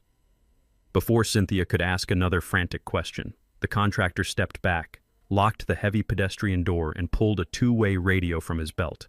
He pointed directly at the rideshare vehicle and loudly ordered the driver to reverse the car off the private driveway, immediately warning that local police were already on standby for an active trespassing violation. The driver, terrified of losing his commercial license, slammed the car into reverse. Cynthia barely managed to jump back into the cramped back seat before the vehicle sped away from the imposing gates. Inside the moving car, Cynthia frantically tore open the manila envelope. She did not find a thick cashier's check or a key to a new luxury condominium. She found a single cheap brass key attached to a numbered plastic tag and a printed digital map. Kendall leaned over her shoulder to read the printed address. The location was not in their exclusive tree-lined suburb. It was located deep within a rundown, heavily industrialized sector on the far south side of Chicago. Ethan pulled out the last remaining crumpled $100 bill they had acquired from the Hawaiian pawn shop and begged the rideshare driver to take them directly to the new address. The long drive across the city was a brutal visual descent from their former manufactured glory. The sprawling green lawns, luxury boutiques, and pristine country clubs slowly gave way to rusted chain-link fences, abandoned manufacturing factories, and noisy commercial train yards. The rideshare car finally pulled into the cracked asphalt lot of a dilapidated, massive commercial storage facility. There were no private security patrols, no climate-controlled corridors, and no paved walkways to protect her expensive shoes. The freezing air smelled strongly of diesel fumes, damp concrete, and rotting garbage from a nearby dumpster. They dragged their heavy remaining luggage out of the trunk, the brass wheels catching violently on the broken pavement. They walked down a long, dark row of towering corrugated metal doors until they finally reached unit number 404. Cynthia gripped the cheap brass key, her hands trembling violently. She was entirely desperate to open the door fully, intending to retrieve her expensive winter furs and designer handbags to sell for immediate survival cash. She slid the brass key into the primary doorknob and turned it. The internal mechanism clicked open. She grabbed the heavy metal handle at the bottom of the corrugated door and pulled upward with all her remaining physical strength. The massive metal door did not budge a single inch. Cynthia pulled again, letting out a frustrated, exhausted cry that echoed through the empty industrial lot. Kendall stepped forward to help his mother, but he immediately saw the real problem. While the primary doorknob was officially unlocked, a massive, heavy-duty industrial padlock was bolted directly through a secondary steel latch welded to the absolute center of the door. The cheap brass key in Cynthia's hand was completely useless against it. Taped securely to the cold metal directly above the heavy padlock was a laminated legal notice printed on the thick, expensive letterhead of Robert Klein's corporate law firm. Kendall ripped the notice off the door and read the crisp black text aloud. His voice began to shake uncontrollably as the reality of my final trap closed tightly around his throat. The legal notice formally stated that the massive storage unit contained the abandoned personal property, luxury vehicles, and high-end effects of the Hayes family, meticulously packed and relocated by a professional extraction team. However, the document explicitly detailed that a highly restrictive financial lien had been legally placed against the entirety of the physical contents inside the vault. The formal notice concluded with one absolute non-negotiable condition. The secondary padlock would only be removed, and their personal property would only be legally released back to them the exact moment Kendall Hayes fully repaid the $250,000 he had fraudulently attempted to wire to his offshore Cayman Islands shell account from my corporate reserve. The trap was beautifully, ruthlessly complete. Kendall had selfishly tried to steal a massive fortune from my logistics company to secure his own private wealth, leaving the rest of his family entirely exposed to my wrath. He thought he was being an untouchable corporate mastermind. Now, because of his arrogant, greedy action, the entire family was completely locked out of their only remaining physical possessions. Cynthia could not access her clothes, Jasmine could not access her jewelry, and Kendall could not access his luxury sports cars. The crushing, suffocating weight of their collective poverty fell squarely onto his tailored shoulders. Megan slowly turned her head to look at her husband, her eyes burning with pure, unadulterated hatred. Jasmine began to scream at her brother, demanding he produce the money immediately. The fragile, superficial alliance of my betrayers had finally reached its ultimate breaking point in the middle of a freezing, filthy parking lot. They had absolutely nowhere left to go, which meant I knew exactly where they would head next. They were going to come looking for me. The freezing wind of the industrial park bit sharply through their thin, brightly colored designer resort wear. The crushing reality of the locked storage unit did not break Cynthia into immediate submission. Instead, it ignited a desperate, vicious rage deep inside her chest. She absolutely refused to accept that her reign over my wealth was permanently over. She genuinely believed that if she could just get into the same physical room as me, she could aggressively break me down. She had spent 35 years using her incredibly sharp tongue and relentless emotional manipulation to bend me to her specific will. She foolishly assumed my current physical weakness from the massive myocardial infarction would make me an easy, defenseless target. Since Ethan had completely drained his high-interest prepaid card on the rideshare vehicle, the family was forced to endure the ultimate social indignity. They dragged their heavy, brass-wheeled designer suitcases for 6 exhausting blocks through the broken, trash-littered industrial streets to reach a public transit stop. The wealthy lady of the manor and her spoiled, highly entitled children rode a crowded, noisy city bus all the way back to the downtown medical district. They were shivering violently, physically exhausted, and fueled entirely by pure, unadulterated venom. They stormed through the automatic sliding glass doors of the massive hospital lobby like a pack of cornered, starving wolves. They did not stop at the visitor registration desk to ask for permission. They marched directly to the primary elevator banks, aggressively punching the button for the cardiac intensive care floor. Cynthia was actively preparing her opening verbal attack in her mind, fully ready to scream, threaten, and physically intimidate me into signing a total legally binding reversal of the corporate merger and the real estate sale. They pushed forcefully through the heavy double doors of the intensive care unit, completely ignoring the large, brightly colored signs demanding absolute quiet in the medical corridor. Cynthia led the furious charge, her designer heels striking the polished linoleum floor with an aggressive, highly disruptive purpose. She marched straight toward the private corner recovery room where she had coldly abandoned me 6 days prior. She grabbed the heavy metal door handle and shoved it open, fully prepared to unleash absolute hell upon a dying, bedridden man. She stopped dead in her tracks, her manicured hand still gripping the handle. The hospital room was completely silent. The heavy cardiac monitors were powered down and pushed against the far wall. The intravenous fluid poles were entirely empty. The mechanical hospital bed was perfectly made with crisp, tightly tucked, sterile white sheets. There was absolutely no trace of my existence in the room. Cynthia stood frozen in the doorway, her mouth hanging open in sheer profound disbelief. I had accurately anticipated this exact physical ambush the very moment I digitally severed their corporate credit lines. I knew that once the digital and financial walls closed in on them, they would instinctively seek a direct physical confrontation. I did not wait around in a vulnerable hospital bed to be their emotional punching bag. Exactly 3 days ago, while they were happily snorkeling in the crystal-clear waters of Maui and drinking expensive champagne, Robert Klein executed a highly coordinated, completely silent medical extraction. I was quietly discharged through a secure underground loading dock to avoid any public attention. I was carefully loaded into a private, heavily armored medical transport vehicle. I was safely relocated to an elite, highly undisclosed rehabilitation sanctuary located deep in a heavily forested neighboring county. As my family stared blankly at the empty hospital bed, I was currently sitting in a plush leather recliner overlooking a private, tranquil lake. I was surrounded by a dedicated team of elite physical therapists, personal chefs, and 2 armed off-duty police officers permanently stationed at my private door. I was completely untouchable. Kendall violently pushed past his mother, frantically searching the small bathroom attached to the hospital room as if I were somehow hiding from him in the narrow shower stall. Jasmine stormed back out into the hallway and aggressively demanded answers from a passing medical technician. The young nurse, holding a heavy stack of medical charts, stopped and looked at the disheveled, intensely angry family with a complicated mixture of confusion and profound irritation. Cynthia quickly recovered her arrogant, demanding posture.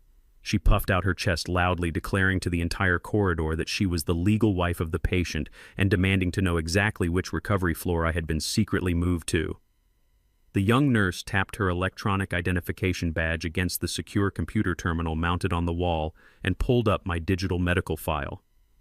The nurse's facial expression instantly shifted from polite confusion to cold, bureaucratic steel. She looked directly into Cynthia's eyes and plainly stated that Mr. Hayes had been officially and permanently discharged from the medical facility. Cynthia completely exploded. She slammed her hands violently against the nurse's station counter, screaming that the hospital was lying to her and that a man recovering from a massive heart attack could not simply walk out the front door without his family knowing. She aggressively played the devoted, terrified wife card, demanding the immediate release of my confidential forwarding address and my current physical status. The senior charge nurse, a seasoned medical veteran who tolerated absolutely zero nonsense on her critical care floor, immediately stepped out from a back office. She informed Cynthia that according to the newly executed Advanced Healthcare Directive and the superseding medical power of attorney actively on file, Cynthia had been entirely stripped of all medical proxy rights. The charge nurse stated with absolute clarity that Robert Klein, my corporate attorney, was the sole authorized individual legally permitted to access my medical location, authorize treatments, or even confirm if I was still alive. She then firmly instructed the hysterical family to lower their voices immediately, warning them that she would gladly summon hospital security to forcefully remove them and press charges for disrupting a critical care environment.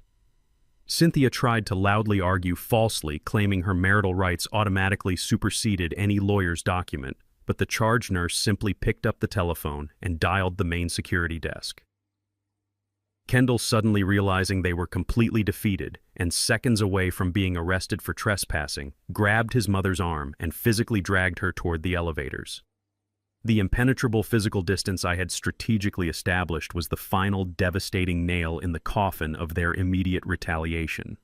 They were forced to ride the elevator back down to the ground floor in absolute suffocating silence. The heavy elevator doors slid open, depositing the exhausted, thoroughly broken family into the massive, echoing main lobby of the hospital. They were completely out of options. They had no luxury home to return to, no money to buy basic food, no vehicles to drive, and absolutely no way to contact me to beg for financial mercy. Megan sat heavily down on her expensive designer suitcase right in the middle of the crowded lobby, burying her face in her hands and weeping loudly. Ethan stood awkwardly beside her, staring blankly at the automatic glass exit doors, finally realizing his lifetime meal ticket was permanently gone. Cynthia paced frantically back and forth across the polished floor, muttering under her breath about calling local media outlets to expose my supposed cruelty.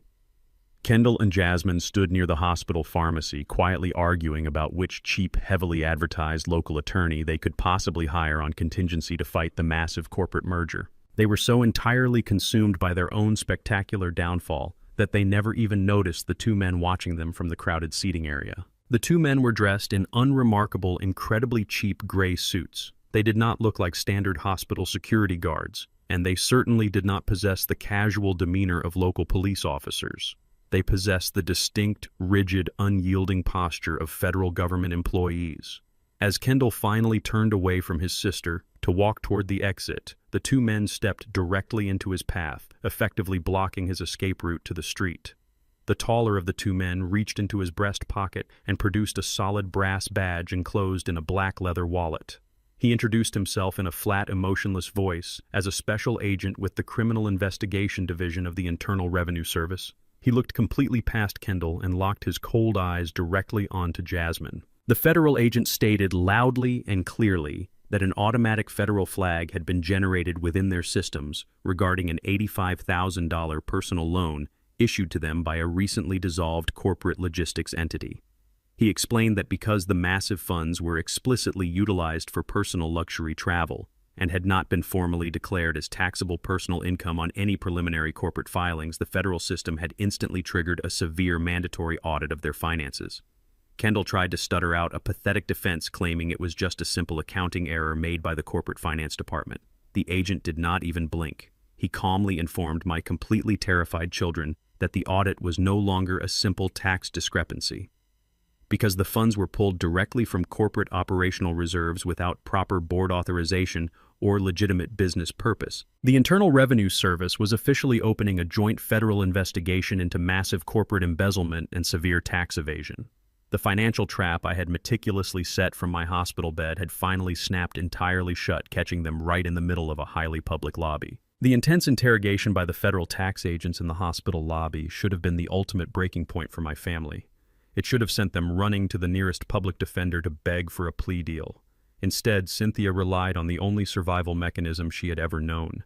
She leaned heavily into her blinding, irrational arrogance. She gathered her terrified children and their utterly useless spouses, marched them out of the hospital, and used their last few dollars to ride the public transit system straight into the heart of the downtown financial district. She was determined to storm the luxurious corporate offices of my primary attorney, Robert Klein. She genuinely believed that if she screamed loud enough, threatened public scandal, and aggressively demanded her 50% share of the marital estate, the entire legal system would instantly bow to her will. She was operating under the deeply flawed assumption that our 35 years of marriage automatically guaranteed her half of my massive logistics empire, regardless of her personal actions.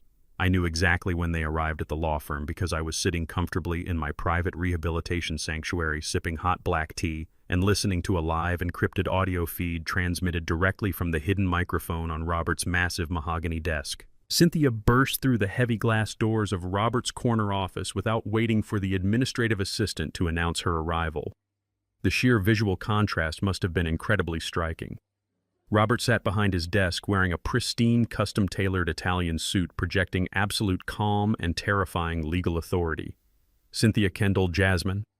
Megan and Ethan stood before him looking like exhausted, disheveled refugees. They were still wearing the exact same brightly colored, heavily wrinkled tropical resort wear they had worn on the grueling economy flight from Maui. Their designer accessories were gone, pawned away for basic survival cash. Cynthia slammed her bare hands down on the polished wood of Robert's desk. She completely bypassed standard legal greetings and launched immediately into a venomous, highly rehearsed tirade. She loudly declared that I had entirely lost my mind due to the cardiac trauma and that she was initiating an immediate, highly publicized divorce proceeding. She aggressively demanded a comprehensive list of all current marital assets, full access to the frozen primary bank accounts, and an emergency judicial injunction to reverse the sale of the suburban mansion. She cited her 3 decades of supposed loyalty, claiming she had built the logistics empire right alongside me and was legally entitled to exactly half of every single penny I possessed under the state laws of Illinois. Robert did not interrupt her. He did not raise his voice or attempt to argue with her incredibly flawed logic. He simply let her scream until her voice grew raspy and she physically ran out of breath. He took a slow, deliberate sip from his porcelain coffee cup, allowing the heavy silence in the room to stretch until it became suffocating. When he finally spoke, his voice was entirely devoid of emotion, operating with the cold, surgical precision of a seasoned corporate executioner. He smoothly agreed with Cynthia that the state of Illinois generally operates under the principle of equitable distribution during a standard divorce. He acknowledged that in a normal, highly amicable separation, a long-term spouse might reasonably expect a roughly equal division of the shared marital wealth. Then Robert reached down into his heavy leather briefcase and pulled out a massive 4-inch thick black binder. He dropped it squarely onto the center of the polished desk. The heavy thud echoed loudly through my secure audio feed. Robert looked directly into Cynthia's highly dilated eyes and informed her that this was absolutely not a normal divorce. He calmly explained the specific, devastating legal concept of the dissipation of marital assets. Under state law, if one spouse actively and maliciously attempts to destroy, hide, or significantly devalue the shared marital estate for their own personal selfish gain, they completely forfeit their fundamental right to an equitable split. A judge will actively penalize the offending spouse, stripping them of their unearned wealth to fully compensate the victimized party. Cynthia scoffed loudly, crossing her arms defensively. She arrogantly demanded to know how she could possibly be accused of destroying assets when I was the one who had secretly sold their primary residence and merged the logistics company overnight. Robert opened the massive black binder to the very first page. He did not present a complex financial spreadsheet or a vague legal theory. He presented a high-resolution, digitally authenticated scan of the exact contract the extraction team had pulled from the hidden biometric floor safe in her master bedroom closet. He slid the crisp page across the desk. Cynthia looked down at the paper, and the remaining color instantly drained from her exhausted face. Robert read the core clauses of the contract aloud for the entire room to hear. He detailed her secret, highly documented meetings with the chief executive officer of my largest corporate rival. He explicitly read the clause where she formally promised to leverage a fraudulent medical conservatorship over my incapacitated body to forcefully sell my logistics empire for a fraction of its true market value. He read the exact 8-figure cash payout she had secretly negotiated for herself as a malicious kickback for destroying my life's work. Robert stated with absolute terrifying clarity that this hidden contract proved extreme premeditated bad faith. She had actively conspired with a hostile corporate entity to intentionally obliterate hundreds of millions of dollars in shared marital wealth. Robert informed her that he had already submitted the fully authenticated document to the primary probate judge and the Federal Regulatory Commission. Because her documented actions constituted a severe malicious breach of fiduciary duty to the marital estate, her legal claim to a 50% split was entirely nullified. She was not walking away with half of my empire. She was walking away with absolutely nothing but the wrinkled clothes on her back and the massive legal bills she would incur trying to defend herself against the impending corporate espionage charges.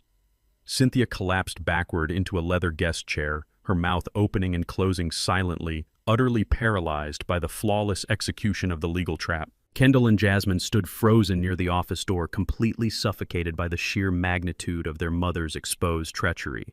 They were already facing a massive federal audit for their own corporate embezzlement, and now they realized their primary financial safety net was completely obliterated. But Robert was not finished dispensing my retaliation. He shifted his cold, analytical gaze away from my blood relatives and locked his eyes directly onto Megan and Ethan. My two highly entitled in-laws instinctively took a physical step backward, nervously bumping into the heavy oak door. They had spent the entire morning loudly complaining that they were innocent victims, unfairly dragged into a bitter family dispute by their spouses. They genuinely believed that because they were not my direct biological children and had not personally signed the forged power of attorney document, they were completely shielded from the explosive legal fallout. They were entirely wrong. Robert reached into his top desk drawer and pulled out 2 thick, heavily sealed manila envelopes. He stood up from his leather chair and walked around the desk, extending one envelope to Megan and the other directly to Ethan. He did not offer a polite explanation. He stated firmly that these were formal, heavily documented civil lawsuits filed personally by Martin Hayes in the federal district court. Ethan's hands shook violently as he tore open the seal and scanned the bold legal print on the first page. He was officially being sued for multi-million-dollar damages regarding severe cyber trespassing, digital espionage, and attempted financial fraud. Robert explicitly detailed the exact methodology of the trap. He explained that my encrypted private cloud servers had automatically logged every single aggressive digital intrusion Ethan had attempted from the luxury resort in Maui. The lawsuit contained his exact internet protocol address, the unique media access control signature of his imported laptop, and a minute-by-minute timestamp of his automated password cracking scripts. Ethan had actively attempted to hack into a highly secured digital vault to steal the master legal deeds to a multi-million-dollar real estate portfolio. This was not a minor familial misunderstanding. It was a severe violation of the Federal Computer Fraud and Abuse Act. Because Ethan had launched the cyber attack using his personal devices while completely outside the scope of any legitimate corporate employment, I was not suing the dissolved logistics company. I was piercing the corporate veil entirely. I was suing Ethan and Megan personally, targeting whatever meager personal assets they possessed, threatening to completely bankrupt their individual futures. Megan let out a sharp, terrified gasp, dropping the thick legal document onto the floor as if it were physically burning her hands. She finally comprehended the absolute reality of her situation. She was married to an unemployed man facing federal embezzlement charges, and she was now personally named in a massive, ruinous cyber fraud lawsuit orchestrated by a billionaire with infinite legal resources. She looked frantically at Kendall, desperately searching his exhausted face for a magical solution, but Kendall simply stared at the floor, completely broken by the relentless onslaught of consequences. Ethan turned his panicked gaze toward Jasmine, silently begging his wife to intervene and protect him. The unified, arrogant family front that had confidently strutted into the hospital room less than a week ago to strip me of my rights was officially dead. The intense pressure of the legal slaughterhouse had successfully cracked their alliance wide open. The deep, vicious fractures were rapidly spreading, and the primal instinct for absolute self-preservation was finally overriding their toxic familial loyalty. They were trapped in a sinking ship, and they were entirely ready to throw each other into the freezing water just to survive another day. The heavy mahogany walls of Robert Klein's corner office perfectly contained the explosive, catastrophic destruction of my family. I listened to the high-definition audio feed streaming directly into my secure earpiece at the rehabilitation facility, entirely captivated by the sheer speed of their collapse. Megan was the very first to break. She stood completely rigid in the center of the luxurious room, staring blindly at the massive civil lawsuit resting on the floor near her expensive designer shoes. The terrifying reality of personal bankruptcy and federal cyber fraud charges completely shattered her superficial loyalty. She did not politely ask for a moment to consult a defense attorney.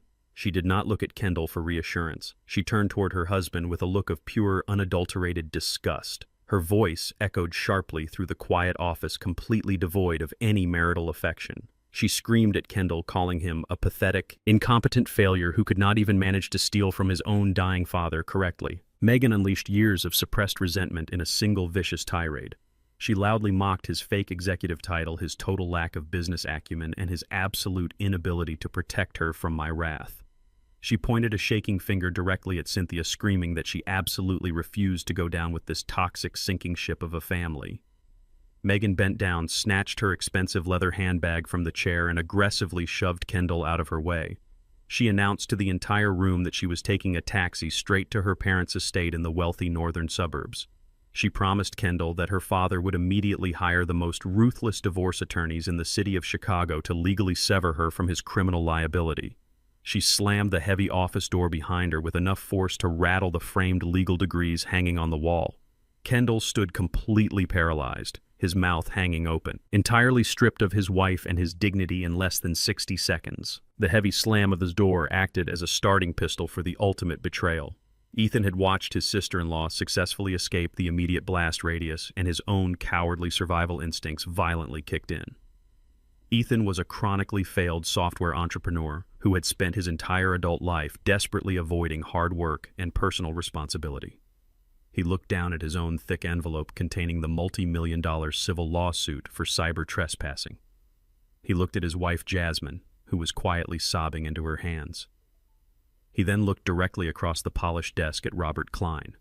Ethan cleared his throat deliberately, stepping away from the rest of the family to visually and physically separate himself from their sinking alliance. Ethan asked Robert in a quiet, trembling voice if there was any possible avenue for a legal settlement.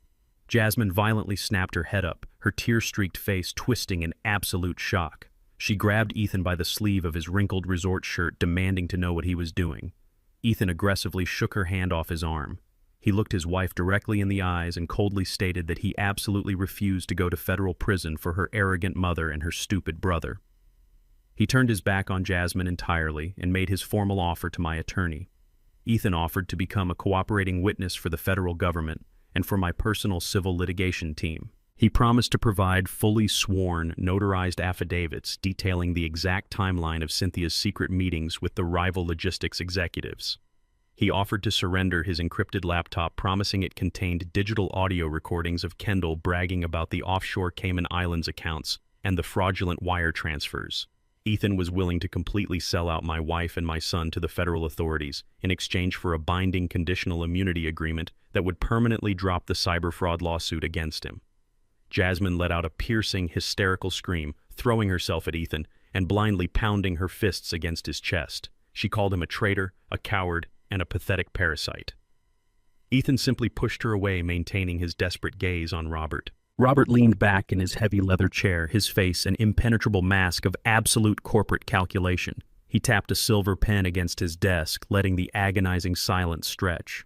Robert slowly nodded. He informed Ethan that if his digital evidence proved to be entirely authentic and he fully cooperated with the federal tax investigators without committing perjury, my legal team would formally withdraw the civil lawsuit with prejudice. Ethan let out a massive, shuddering breath of profound relief. He did not say a single word of apology to his weeping wife. He did not even glance at Cynthia, who was staring at him with eyes full of pure, homicidal rage. Ethan simply turned on his heel and walked out of the law firm, leaving his shattered marriage and his ruined in-laws completely behind. The grand, arrogant family alliance that had confidently marched into my hospital room to steal my empire was officially dead, entirely consumed by their own selfish greed. Cynthia was finally left alone with her two broken, weeping children. The sprawling logistics empire she had plotted to steal was gone. The 10,000-square-foot suburban mansion was sold. The luxury vehicles were locked behind an ironclad financial lien. Her daughter-in-law had fled, and her son-in-law had just formally defected to the enemy. She looked at Kendall, who was staring blankly at the wall, entirely consumed by the terrifying prospect of a federal prison sentence. She looked at Jasmine, who was curled in a chair sobbing uncontrollably over her instantly destroyed marriage. Cynthia realized in that exact moment that her children were no longer useful assets. They were massive radioactive liabilities. She had absolutely no leverage, no hidden financial reserves, and no powerful allies left in the city of Chicago. Robert Klein stood up from his desk smoothly, buttoning his tailored suit jacket. He checked his expensive wristwatch and politely informed the remaining members of the Hayes family that their unannounced meeting was officially over. He stated that he had legitimate paying corporate clients to attend to. He reached for his desk phone and pressed a single button summoning the building's security detail. 2 massive, heavily armed security guards entered the corner office seconds later. They firmly instructed Cynthia, Kendall, and Jasmine to walk toward the elevators. They were publicly marched through the busy, glass-walled corridors of the prestigious law firm like common criminals. They were escorted down to the ground-floor lobby and pushed out through the revolving glass doors onto the freezing, crowded city pavement. Cynthia stood on the noisy street corner as the bitter Midwestern wind whipped against her thin resort clothing. She looked at her 2 ruined children shivering beside her. She knew they had absolutely no money for a taxi, no hotel reservations, and no friends who would dare cross my legal team to offer them shelter. The crushing, inescapable reality of total bankruptcy finally settled over her shoulders. She had lost the financial war, she had lost the legal battle, and she had lost the loyalty of her own family. However, Cynthia possessed a deeply toxic, venomous pride that absolutely refused to accept a silent defeat. If she could not win in a courtroom and she could not win in the boardroom, she decided to fight in the only arena she had left. She decided to completely destroy my reputation in the court of public opinion. Cynthia physically turned her back on Kendall and Jasmine, leaving them shivering helplessly on the street corner. She walked halfway down the busy block, finding a quiet alcove near a crowded coffee shop. She pulled her smartphone from her designer purse, her hands shaking with a fresh wave of adrenaline and pure malice. She scrolled rapidly through her extensive digital contact list until she found the private number of a local investigative television producer she had met at a high society charity gala the previous year. This specific journalist was notorious for airing highly sensationalized, deeply biased takedowns of wealthy Chicago businessmen. Cynthia pressed the call button and held the phone to her ear. When the producer answered, Cynthia completely transformed her voice. She forced heavy, dramatic tears into her eyes, fully adopting the pathetic persona of a terrified, abused wife. She spun a horrific, highly calculated lie right there on the sidewalk. She claimed that I was a deeply controlling, emotionally abusive tyrant who had suffered severe permanent brain damage during my recent heart attack. She tearfully stated that I had completely lost my mind, aggressively hijacked the family logistics company, and maliciously thrown my loving, devoted family out onto the freezing streets without a single dollar to our names. She pitched an exclusive primetime television interview to expose the dark, twisted reality behind my massive corporate merger.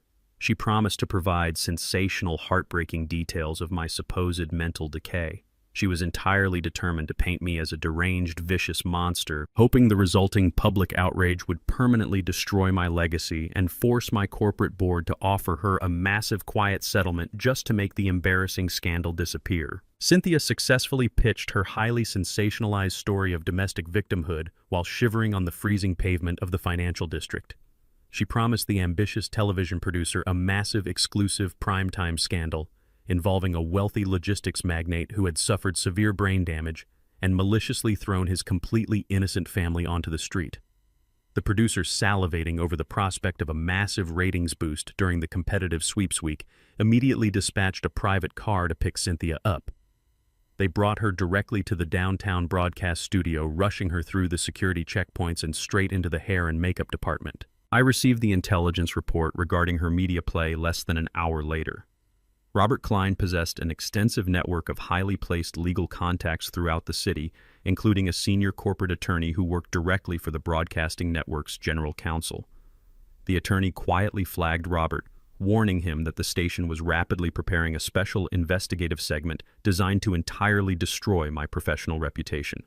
They were planning to broadcast Cynthia's completely fabricated narrative that my myocardial infarction had resulted in acute hypoxia, completely destroying my cognitive functions and turning me into a paranoid, abusive tyrant controlled by my lawyers. I sat in my plush leather recliner at the rehabilitation facility looking out over the quiet, tranquil lake. I did not feel a single ounce of panic. Cynthia was attempting to fight a modern digital war using vastly outdated emotional tactics. She genuinely believed that if she cried on high-definition television, the public would automatically blindly side with the grieving wife. She completely failed to realize that the most devastating weapon in any public relations war is unadulterated, highly documented reality. I did not instruct Robert to file a standard quiet cease and desist order. I instructed him to drop a tactical nuclear strike directly onto the network headquarters. Robert compiled a massive encrypted digital dossier and transmitted it directly to the personal email inbox of the network's chief legal officer. The digital package did not contain vague threats or emotional pleas. It contained absolute, undeniable proof of Cynthia's malicious perjury. Robert included the formally signed, heavily authenticated psychiatric evaluation from Dr. Mitchell definitively proving my cognitive functions were absolutely perfect and my executive reasoning was completely intact. He included the forensic accounting logs showing Kendall explicitly attempting to wire $250,000 to an offshore shell corporation.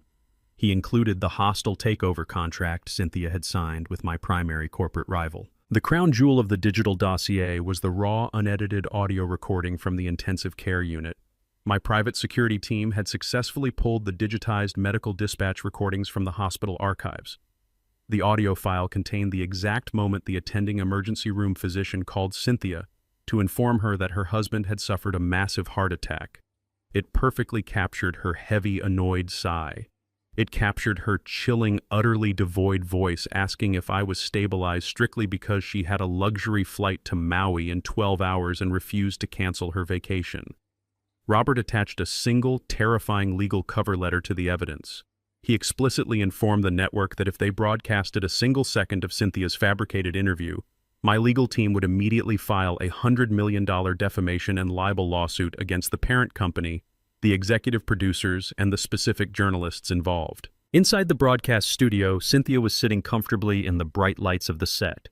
She had specifically instructed the makeup artist to leave her skin looking slightly pale and drawn, meticulously crafting the physical appearance of an exhausted, terrified victim. She practiced her fake tears in the monitor, ready to deliver the performance of a lifetime. The heavy studio doors suddenly burst open. The lead investigative producer did not walk onto the set with a clipboard and a supportive smile. She stormed across the floor, accompanied by two highly agitated corporate lawyers wearing sharp suits. The producer was entirely furious, her face flushed with extreme anger. She did not ask Cynthia if she was ready for the interview. She aggressively shoved a digital tablet directly into Cynthia's face and hit the playback button. Cynthia's own cold, venomous voice echoed loudly through the silent television studio, complaining about her Hawaiian vacation itinerary while her husband was dying. The producer screamed at Cynthia, calling her a massive, manipulative liability.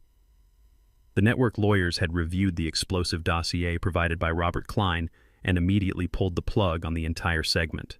They realized Cynthia had intentionally lied to them in an attempt to weaponize their broadcast network for her own fraudulent financial gain.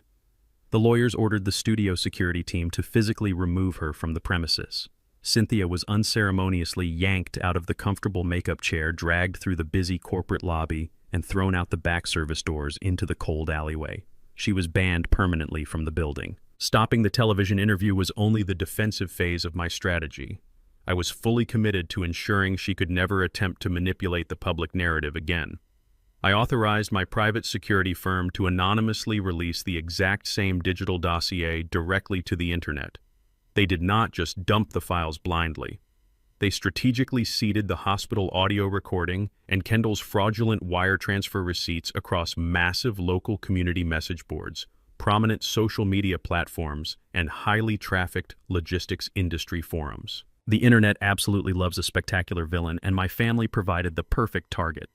The digital explosion was instantaneous and utterly devastating. The audio recording of Cynthia prioritizing her Hawaiian vacation over my life went massively viral within a matter of hours. The chilling phrase regarding her flight to Maui became a trending topic across the city of Chicago, widely mocked and fiercely condemned by millions of strangers. People were genuinely horrified by the sheer sociopathic cruelty in her voice. Independent online investigators quickly cross-referenced the leaked audio with Kendall's corporate theft documents. Within 24 hours, my family's faces, their full names, and their specific corporate crimes were plastered across every single corner of the digital landscape. The immediate real-world consequences of their sudden viral infamy were absolutely catastrophic. The temporary superficial alliance they had fractured in Robert's office completely disintegrated as they became complete social pariahs. Cynthia attempted to call her wealthy, influential friends from the country club, desperately hoping to secure a temporary loan or a place to sleep. Every single call went directly to voicemail. Her society friends had heard the viral audio and wanted absolutely nothing to do with a woman who possessed such a profound lack of basic human empathy. She was officially blacklisted from every exclusive social circle she had spent 3 decades meticulously cultivating. Kendall and Jasmine faced an entirely different kind of absolute destruction. With their bank accounts completely frozen by the federal tax audit and their luxury assets locked away in a storage unit they could not access, they desperately needed immediate income just to buy food and secure basic shelter. Kendall attempted to leverage his expensive Ivy League business degree, aggressively sending his resume to various mid-level logistics and corporate management firms across the state. He did not secure a single interview. Every corporate hiring manager actively ran a basic background check. A simple internet search immediately produced the highly detailed viral evidence of his attempted $250,000 corporate embezzlement. He was completely radioactive in the professional business world. Jasmine experienced the exact same brutal rejection in the marketing sector. Their severe financial desperation quickly forced them to completely abandon their extreme arrogance. They realized they could not secure corporate employment, so they actively applied for basic entry-level minimum wage positions. Kendall walked into a local busy fast food restaurant located in a rundown neighborhood, completely swallowing his immense pride to ask the teenage shift manager for a job application. The young manager looked closely at Kendall's exhausted, heavily lined face, instantly recognizing him from the viral videos circulating on his smartphone. The teenager laughed directly in Kendall's face, loudly calling him the Maui thief in front of a lobby full of customers. The manager explicitly refused to give him an application and told him to leave the restaurant immediately. They were trapped in a truly inescapable nightmare of their own creation. They were entirely stripped of my protective wealth, actively hunted by federal tax agents, embroiled in massive civil lawsuits, and universally despised by the general public. They could not leverage their past connections, they could not secure new employment, and they could not hide from their viral infamy. They were forced to sleep in the cheapest, most dangerous hourly motels they could find on the outskirts of the city, pooling the last few coins they had just to split a single fast food meal. The absolute crushing weight of severe poverty and public humiliation systematically broke down every single defense mechanism they possessed. I monitored their rapid descent through the detailed reports provided by my private investigators, feeling a deep, profound sense of absolute closure. I knew they had reached the absolute bottom of the barrel. I knew the final, inevitable chapter of their destruction was rapidly approaching. They had completely run out of options, which meant there was only one thing left for Cynthia to do. She was going to have to swallow her toxic pride and come crawling directly to me. 6 months passed since the absolute destruction of their superficial empire. The brutal Midwestern winter eventually thawed, taking the last remaining shreds of their public dignity with it. I did not stay in Chicago to watch the final pathetic chapters of their downfall. The massive corporate merger was fully integrated, the federal investigations were entirely out of my hands, and my highly publicized divorce from Cynthia was aggressively finalized in record time. Because she possessed absolutely zero financial resources to hire a competent defense attorney, and because Robert Klein presented the judge with the undeniable authenticated proof of her corporate sabotage, the presiding magistrate granted a completely unbalanced divorce decree. She was awarded absolutely nothing from my estate. The logistics company, the liquidated real estate assets, and my private investment portfolios were securely locked behind impenetrable legal trusts. I was finally completely free. I relocated thousands of miles away from the toxic, suffocating noise of the city. I purchased a beautiful, modest ranch house nestled deep within a sprawling valley in Montana. The property was surrounded by towering snow-capped mountains and endless acres of pristine, untouched pine forests. There were no imported Italian marble floors, no grand ballrooms to host superficial charity galas, and no massive wrought iron security gates. The house was built of solid weathered timber and local stone. It was incredibly quiet, incredibly peaceful, and absolutely mine. The crisp, clean mountain air did wonders for my physical recovery. I spent my mornings hiking the rugged trails behind my property, feeling my chest expand and my newly repaired heart pump strong, steady blood through my veins. At 69 years old, I was in the best physical shape I had been in since my 30s. I traded my expensive tailored corporate suits for heavy denim thick flannel shirts and sturdy leather work boots. I looked sharp, healthy, and profoundly rested. It was a brisk Tuesday afternoon. I was sitting comfortably on the wide wrap-around wooden porch of my ranch holding a steaming mug of black coffee and watching the wind rustle through the tall grass. I heard the distinct, unnatural crunch of gravel echoing down my long, unpaved driveway long before I actually saw the vehicle. A small, incredibly cheap rented sedan slowly crept up the winding dirt road. The car was coated in a thick layer of pale gray dust, its engine whining in harsh protest against the steep mountain incline. The vehicle finally pulled to a stop near the base of my porch steps. The driver's side door opened with a loud, metallic creak. Cynthia stepped out into the bright Montana sunlight. The sheer physical transformation was absolutely staggering. The wealthy, arrogant lady of the manor who had marched into my hospital room demanding my signature was completely gone. She looked significantly aged, completely hollowed out by the crushing weight of severe poverty and intense public humiliation. She was wearing a cheap synthetic winter coat that did not fit her properly. Her hair, which she used to spend thousands of dollars maintaining at exclusive downtown salons every single month, was now dull, brittle, and heavily streaked with stark, untended gray. Her face was deeply lined with profound exhaustion. The heavy, expertly applied makeup she used to wear like a protective mask was entirely absent, revealing the dark, bruised bags under her eyes. She looked small, defeated, and utterly broken. She stood frozen near the dusty hood of the rental car, nervously clutching a worn, imitation leather purse tightly against her chest. She stared up at me sitting on the porch, her eyes darting frantically around the modest ranch, desperately trying to reconcile the powerful billionaire corporate titan she had married with the rugged, calm man drinking coffee in a flannel shirt. I did not stand up to greet her. I did not offer her a chair or ask her if she was thirsty from her incredibly long journey.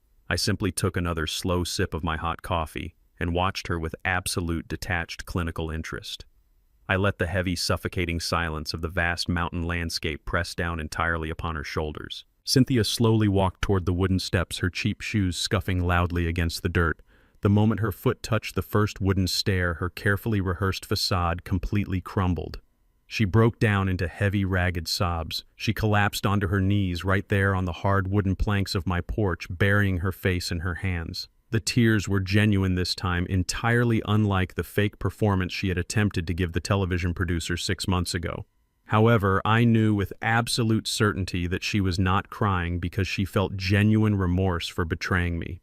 She was crying because her feet hurt, because she was freezing in a cheap coat, and because she was completely terrified of her bleak, impoverished future. She looked up at me, her face slick with tears, and her voice trembling violently. She launched directly into a desperate, frantic apology.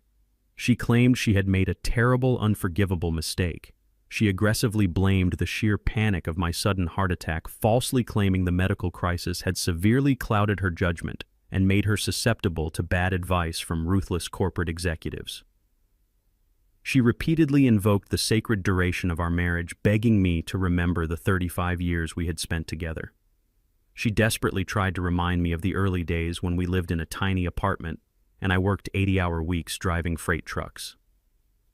She weaponized our shared history, attempting to use the ghost of our past to extract financial mercy from me in the present. I listened to her entire performance in absolute, unbroken silence.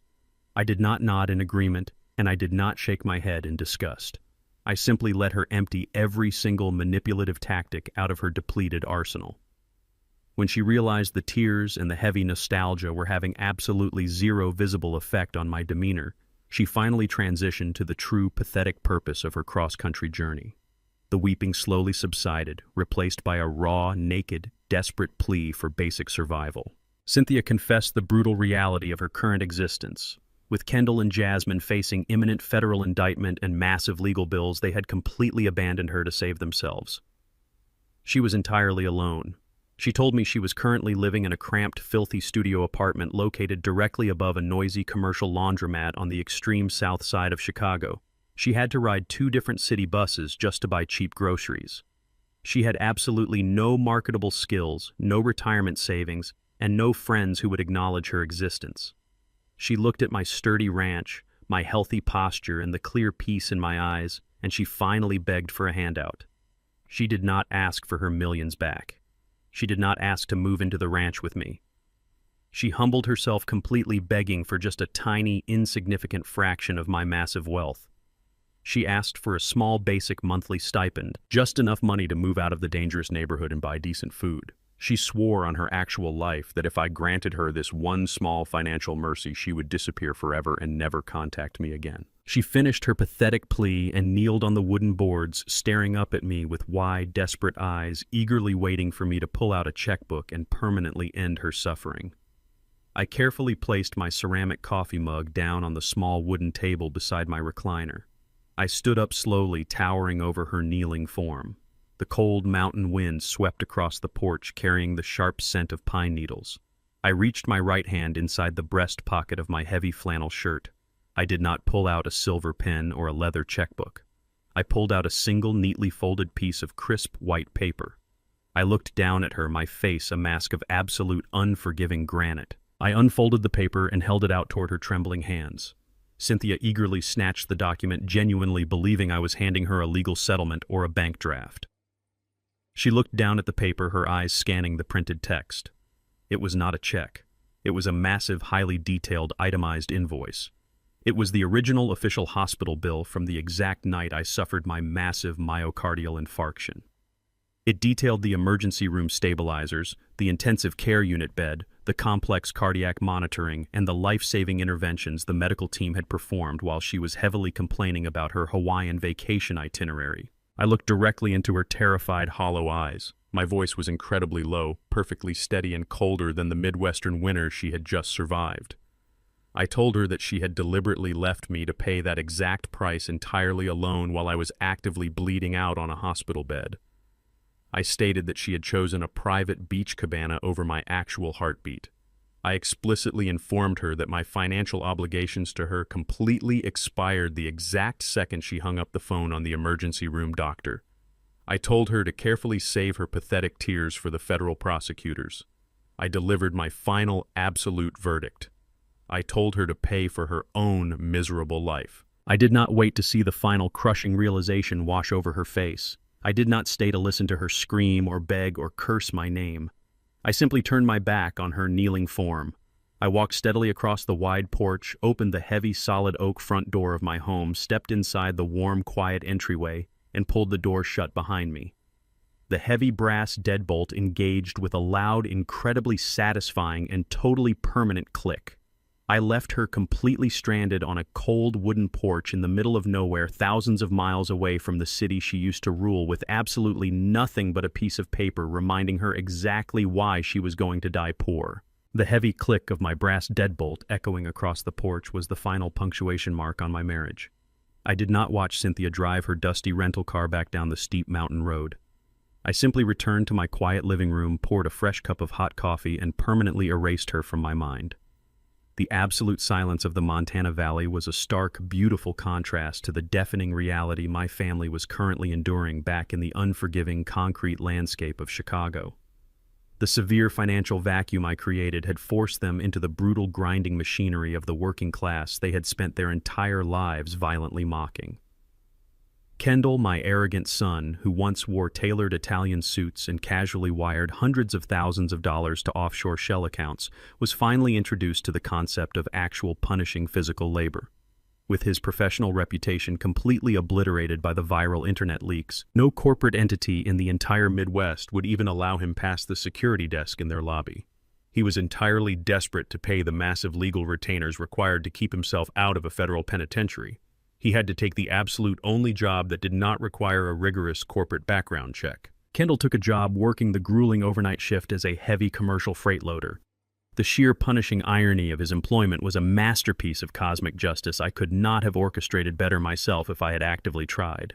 He was not just working at any random industrial facility, he was physically loading heavy shipping crates at a massive regional distribution warehouse entirely owned and operated by Apex International. He was literally breaking his back sweating under harsh fluorescent lights for a meager hourly wage, working the lowest possible tier for the exact global conglomerate that had legally absorbed my life's work. Every single night he had to clock in and wear a cheap, scratchy polyester uniform, bearing the company logo he once thought he was entirely too important to manage. He had to physically load the exact same commercial diesel trucks he used to legally own. His hands, previously manicured and incredibly soft, were now heavily calloused, blistered and permanently stained with industrial grease. He was forced to take direct orders from shift supervisors who were 20 years younger than him, men who possessed absolutely zero patience for his lingering entitlement. If he arrived 2 minutes late to the loading dock, his pay was heavily docked. If he dropped a heavy crate or complained about the freezing Midwestern wind whipping through the open warehouse bays, he was loudly berated in front of the entire crew. He was trapped in an exhausting, endless cycle of physical survival, entirely robbed of the unearned arrogance that had defined his entire existence. His sister Jasmine was faring no better in the unforgiving eyes of the federal government. Ethan had successfully finalized his immunity deal, completely selling her out to the Internal Revenue Service investigators just to save his own skin. He signed the divorce papers, packed his meager belongings, and fled the state, leaving Jasmine to face the full, unmitigated wrath of the federal prosecutors entirely alone.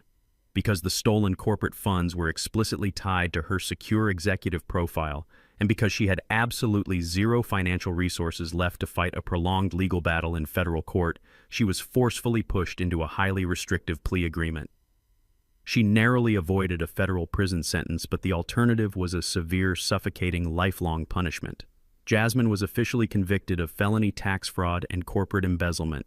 She was placed on a grueling 5-year probationary period, requiring her to report weekly to a highly unsympathetic, stern federal parole officer who treated her like a common criminal. Her passport was permanently confiscated by the state. She was legally barred from ever holding a corporate management position or handling commercial finances again. She spent her long days working as a low-level customer service representative at a cheap retail call center. She was forced to wear a plastic headset and politely apologize to angry, screaming customers for 8 hours a day. Her wages were heavily garnished by the federal government to slowly repay the massive tax penalties she owed. She had to meticulously clip grocery coupons and budget her money down to the exact penny, a practice she had spent her entire adult life viciously mocking poor people for doing. The luxurious jet-setting lifestyle she had funded with my stolen money was completely replaced by a tiny gray cubicle and a crippling mountain of inescapable legal debt. The absolute worst fate of all, however, fell squarely upon Cynthia. She returned from Montana completely broken, having exhausted her absolute last sliver of delusional hope. She was forced to abandon her temporary motel room and move into a deeply depressing, cramped studio apartment located on the second floor of a decaying building near the industrial city limits. The neighborhood was loud, unsafe, and miles away from the exclusive gated country clubs she used to fiercely dominate. The tiny apartment smelled permanently of stale cooking oil from the cheap, greasy diner operating on the ground floor. The heating system barely functioned during the brutal Chicago winters, and the thin, cracking walls offered absolutely no protection from the constant noise of the busy traffic below. She had completely alienated her children, who actively and aggressively blamed her for initiating the catastrophic chain of events that entirely ruined their lives. They refused to answer her phone calls and explicitly banned her from visiting their cheap rental units. Cynthia was utterly and profoundly alone. Her days were entirely devoid of purpose. She no longer had a massive staff of housekeepers to command, no lavish charity galas to plan, and no wealthy society friends to impress. She spent her waking hours sitting in a worn second-hand armchair she had found at a local thrift store, staring blankly out a small, dirty window that offered a magnificent view of a solid brick alleyway. Her only companions were the physical remnants of her shattered ego. Before Kendall's financial lean completely locked down the massive storage unit, Cynthia had managed to grab 2 large plastic bins containing a handful of her imported designer handbags and a few expensive dresses. Those luxury items were entirely useless to her now. She could not wear a highly expensive custom-tailored evening gown to the local discount grocery store. She could not carry a $5,000 leather purse on the crowded, dangerous public transit bus without making herself an immediate target for violent theft. The designer bags simply sat on a cheap plastic folding table in the corner of her cramped apartment, slowly gathering dust. They were pathetic, outdated monuments to a manufactured kingdom that no longer existed. She was trapped in a suffocating prison of her own immense pride, surrounded by the rotting ghosts of her former wealth, counting the meager pennies of her government assistance checks just to keep the cheap overhead lights turned on. The stark, grinding misery of their new reality stood in absolute contrast to the profound peace I had meticulously cultivated in Montana. I did not spend my days dwelling on their punishment or eagerly checking the internet for updates on their legal failures. I had entirely excised the toxic infection from my life, and the wound had beautifully permanently healed. I was not a lonely, bitter old man hiding away in the mountains. I had actively built a brand new, highly authentic community based entirely on mutual respect, hard work, and shared values. I regularly hosted large, lively dinners on my expansive wooden porch, filling the crisp mountain air with genuine laughter and the smell of smoked barbecue. My guests were not superficial socialites looking for a free meal or business contacts. They were honest, hardworking local ranchers, small business owners, and several former senior employees from my logistics company whom I had personally mentored and helped start their own successful commercial freight operations. These were people who deeply valued my wisdom, my corporate experience, and my friendship, not my credit limit. We talked about local politics, the changing seasons, and the simple, undeniable beauty of the surrounding wilderness. I sponsored a local youth baseball team, providing them with brand new uniforms and professional sporting equipment. I volunteered my decades of corporate management experience to help the town council optimize their municipal budget. I even adopted a large, incredibly loyal rescue dog from the local county shelter, a massive shepherd mix who followed me everywhere I went. I was deeply respected, highly valued, and completely surrounded by genuine warmth. My physical health, once failing rapidly under the immense toxic stress of my previous marriage, was completely restored. I slept deeply every single night, entirely unburdened by the constant paranoia of corporate betrayal or familial sabotage. I woke up every morning before the sun rose, breathing in the clean, freezing mountain air, feeling an immense, powerful gratitude for the second chance I had ruthlessly carved out for myself. The heart attack they had eagerly hoped would kill me had actually been the greatest gift I ever received. It violently shocked my physical system, permanently opening my eyes to the parasitic reality of my existence, and gave me the absolute unyielding strength to cut the dead weight loose forever. I often sit on my wide wooden porch as the sun dips below the jagged Montana peaks, watching the vast sky turn brilliant shades of bruised orange and deep purple. In these incredibly quiet, solitary moments, I think about the sheer volume of chaotic noise that used to define every single waking moment of my life. I think about the loud, aggressive charity galas Cynthia constantly insisted on hosting just to prove her social dominance. I think about the constant, shrill complaints from Megan regarding her luxury vehicles and the frantic, arrogant phone calls from Kendall demanding immediate, unquestioned access to my corporate operational funds. My previous existence was a deafening, suffocating symphony of unearned entitlement. Now the absolute loudest sound I hear is the cold mountain wind rustling through the tall, ancient pine trees bordering my property. This profound transition did not happen by accident. It was the direct, highly calculated result of the silent adjustment. People completely misunderstand the true nature of retaliation and justice. When we are profoundly betrayed by the very people we love and provide for our fundamental biological instinct, demands immediate loud anger. We want to scream until our throats physically bleed. We want to hurl vicious insults, smash expensive things, and force our betrayers to acknowledge the immense crushing pain they have caused us. But anger is an incredibly loud, highly temporary emotion. It is a bright, chaotic flash that immediately warns your enemies of your exact position. It gives them ample time to raise their defensive shields, call their ruthless lawyers, and prepare their own counterattacks. Strategy, however, is entirely quiet. Strategy is cold, permanent, and absolutely devastating. When I lay paralyzed on that sterile hospital bed, listening to my wife of 35 years coldly complain about her Hawaiian vacation itinerary while my chest was ripped open with agony, my initial instinct was pure, blinding rage. I desperately wanted to grab the cellular phone from the emergency room doctor and scream at her until my failing heart gave out completely. But the core philosophy of the silent adjustment requires you to forcefully swallow that initial explosive urge. It demands that you quietly absorb the crushing blow, accurately calculate the exact weight of the betrayal, and systematically dismantle the financial and legal infrastructure that allows your abusers to thrive. You do not actively argue with a parasite. You simply quietly remove its primary food source and watch it wither away into nothing. Society places a massive, entirely unfair burden upon parents and devoted spouses. We are constantly conditioned to believe that biological blood and shared decades require unconditional, endless forgiveness. We are explicitly told by therapists, religious leaders, and cultural expectations that we must endure severe disrespect, emotional abuse, and blatant financial exploitation, simply because the abusers share our last name or sleep under our roof.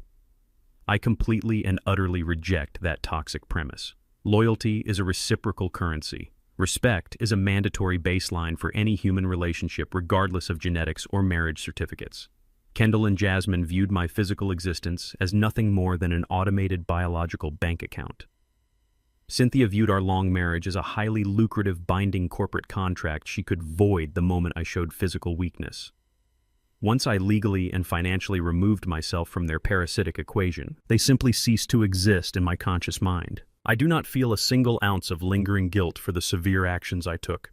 I do not lie awake at night wondering if Kendall is shivering in his cheap warehouse uniform or if Cynthia is hungry in her cramped, noisy studio apartment. I do not wonder if Jasmine is struggling to pay her massive federal restitution fees. They are grown, fully capable adults who made highly calculated, profoundly malicious choices.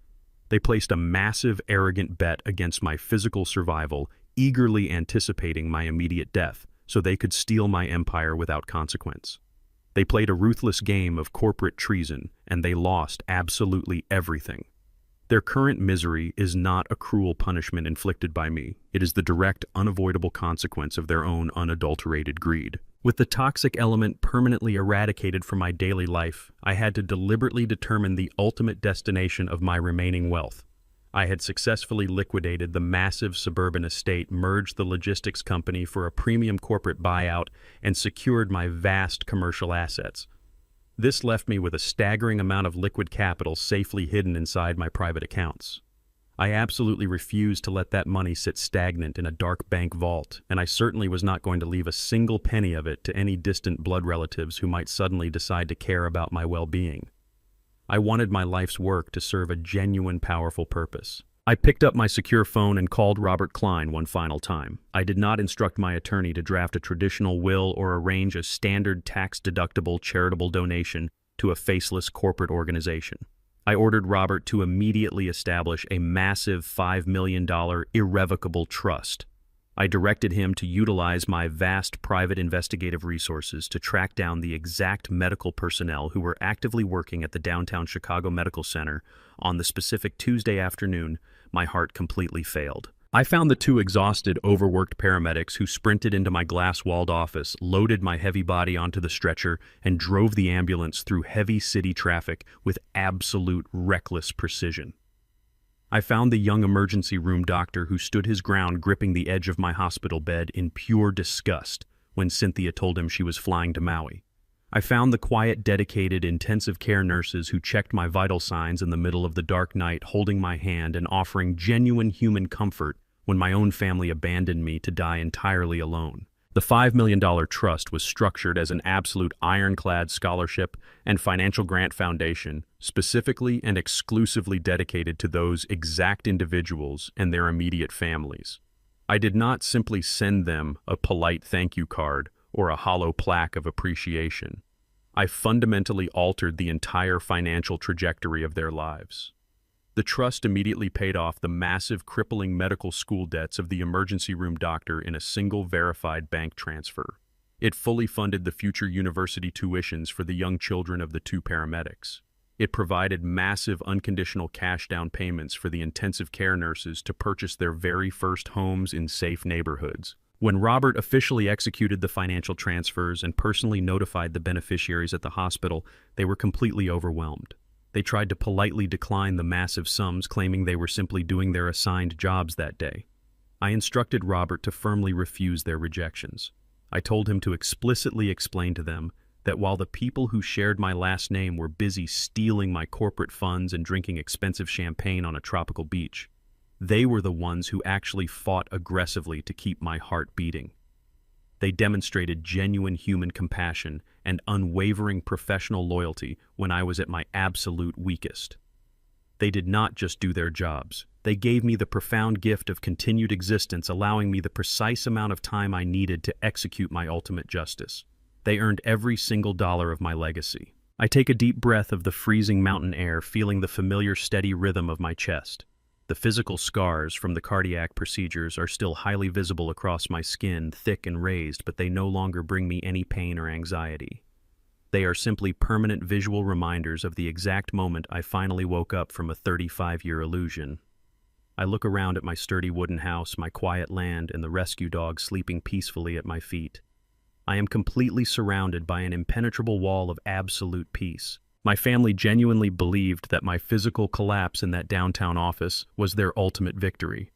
They assumed my silence in the intensive care unit was a clear sign of mental defeat and total submission.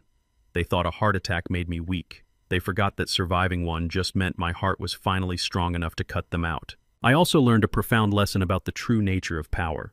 For decades, my family believed that power was loud. They thought it was found in screaming at waitstaff, flaunting designer labels, and holding executive titles they never actually earned. But true power is entirely silent. It is the absolute discipline to observe a betrayal without reacting emotionally. It is the quiet courage to dismantle your own life so you can rebuild it on a foundation of reality, rather than a comfortable lie. Real power is self-respect, and it is the ultimate weapon against those who try to exploit you. If you have ever had to silently cut toxic people out of your life to protect your peace, share your story in the comments below and subscribe for more lessons on survival.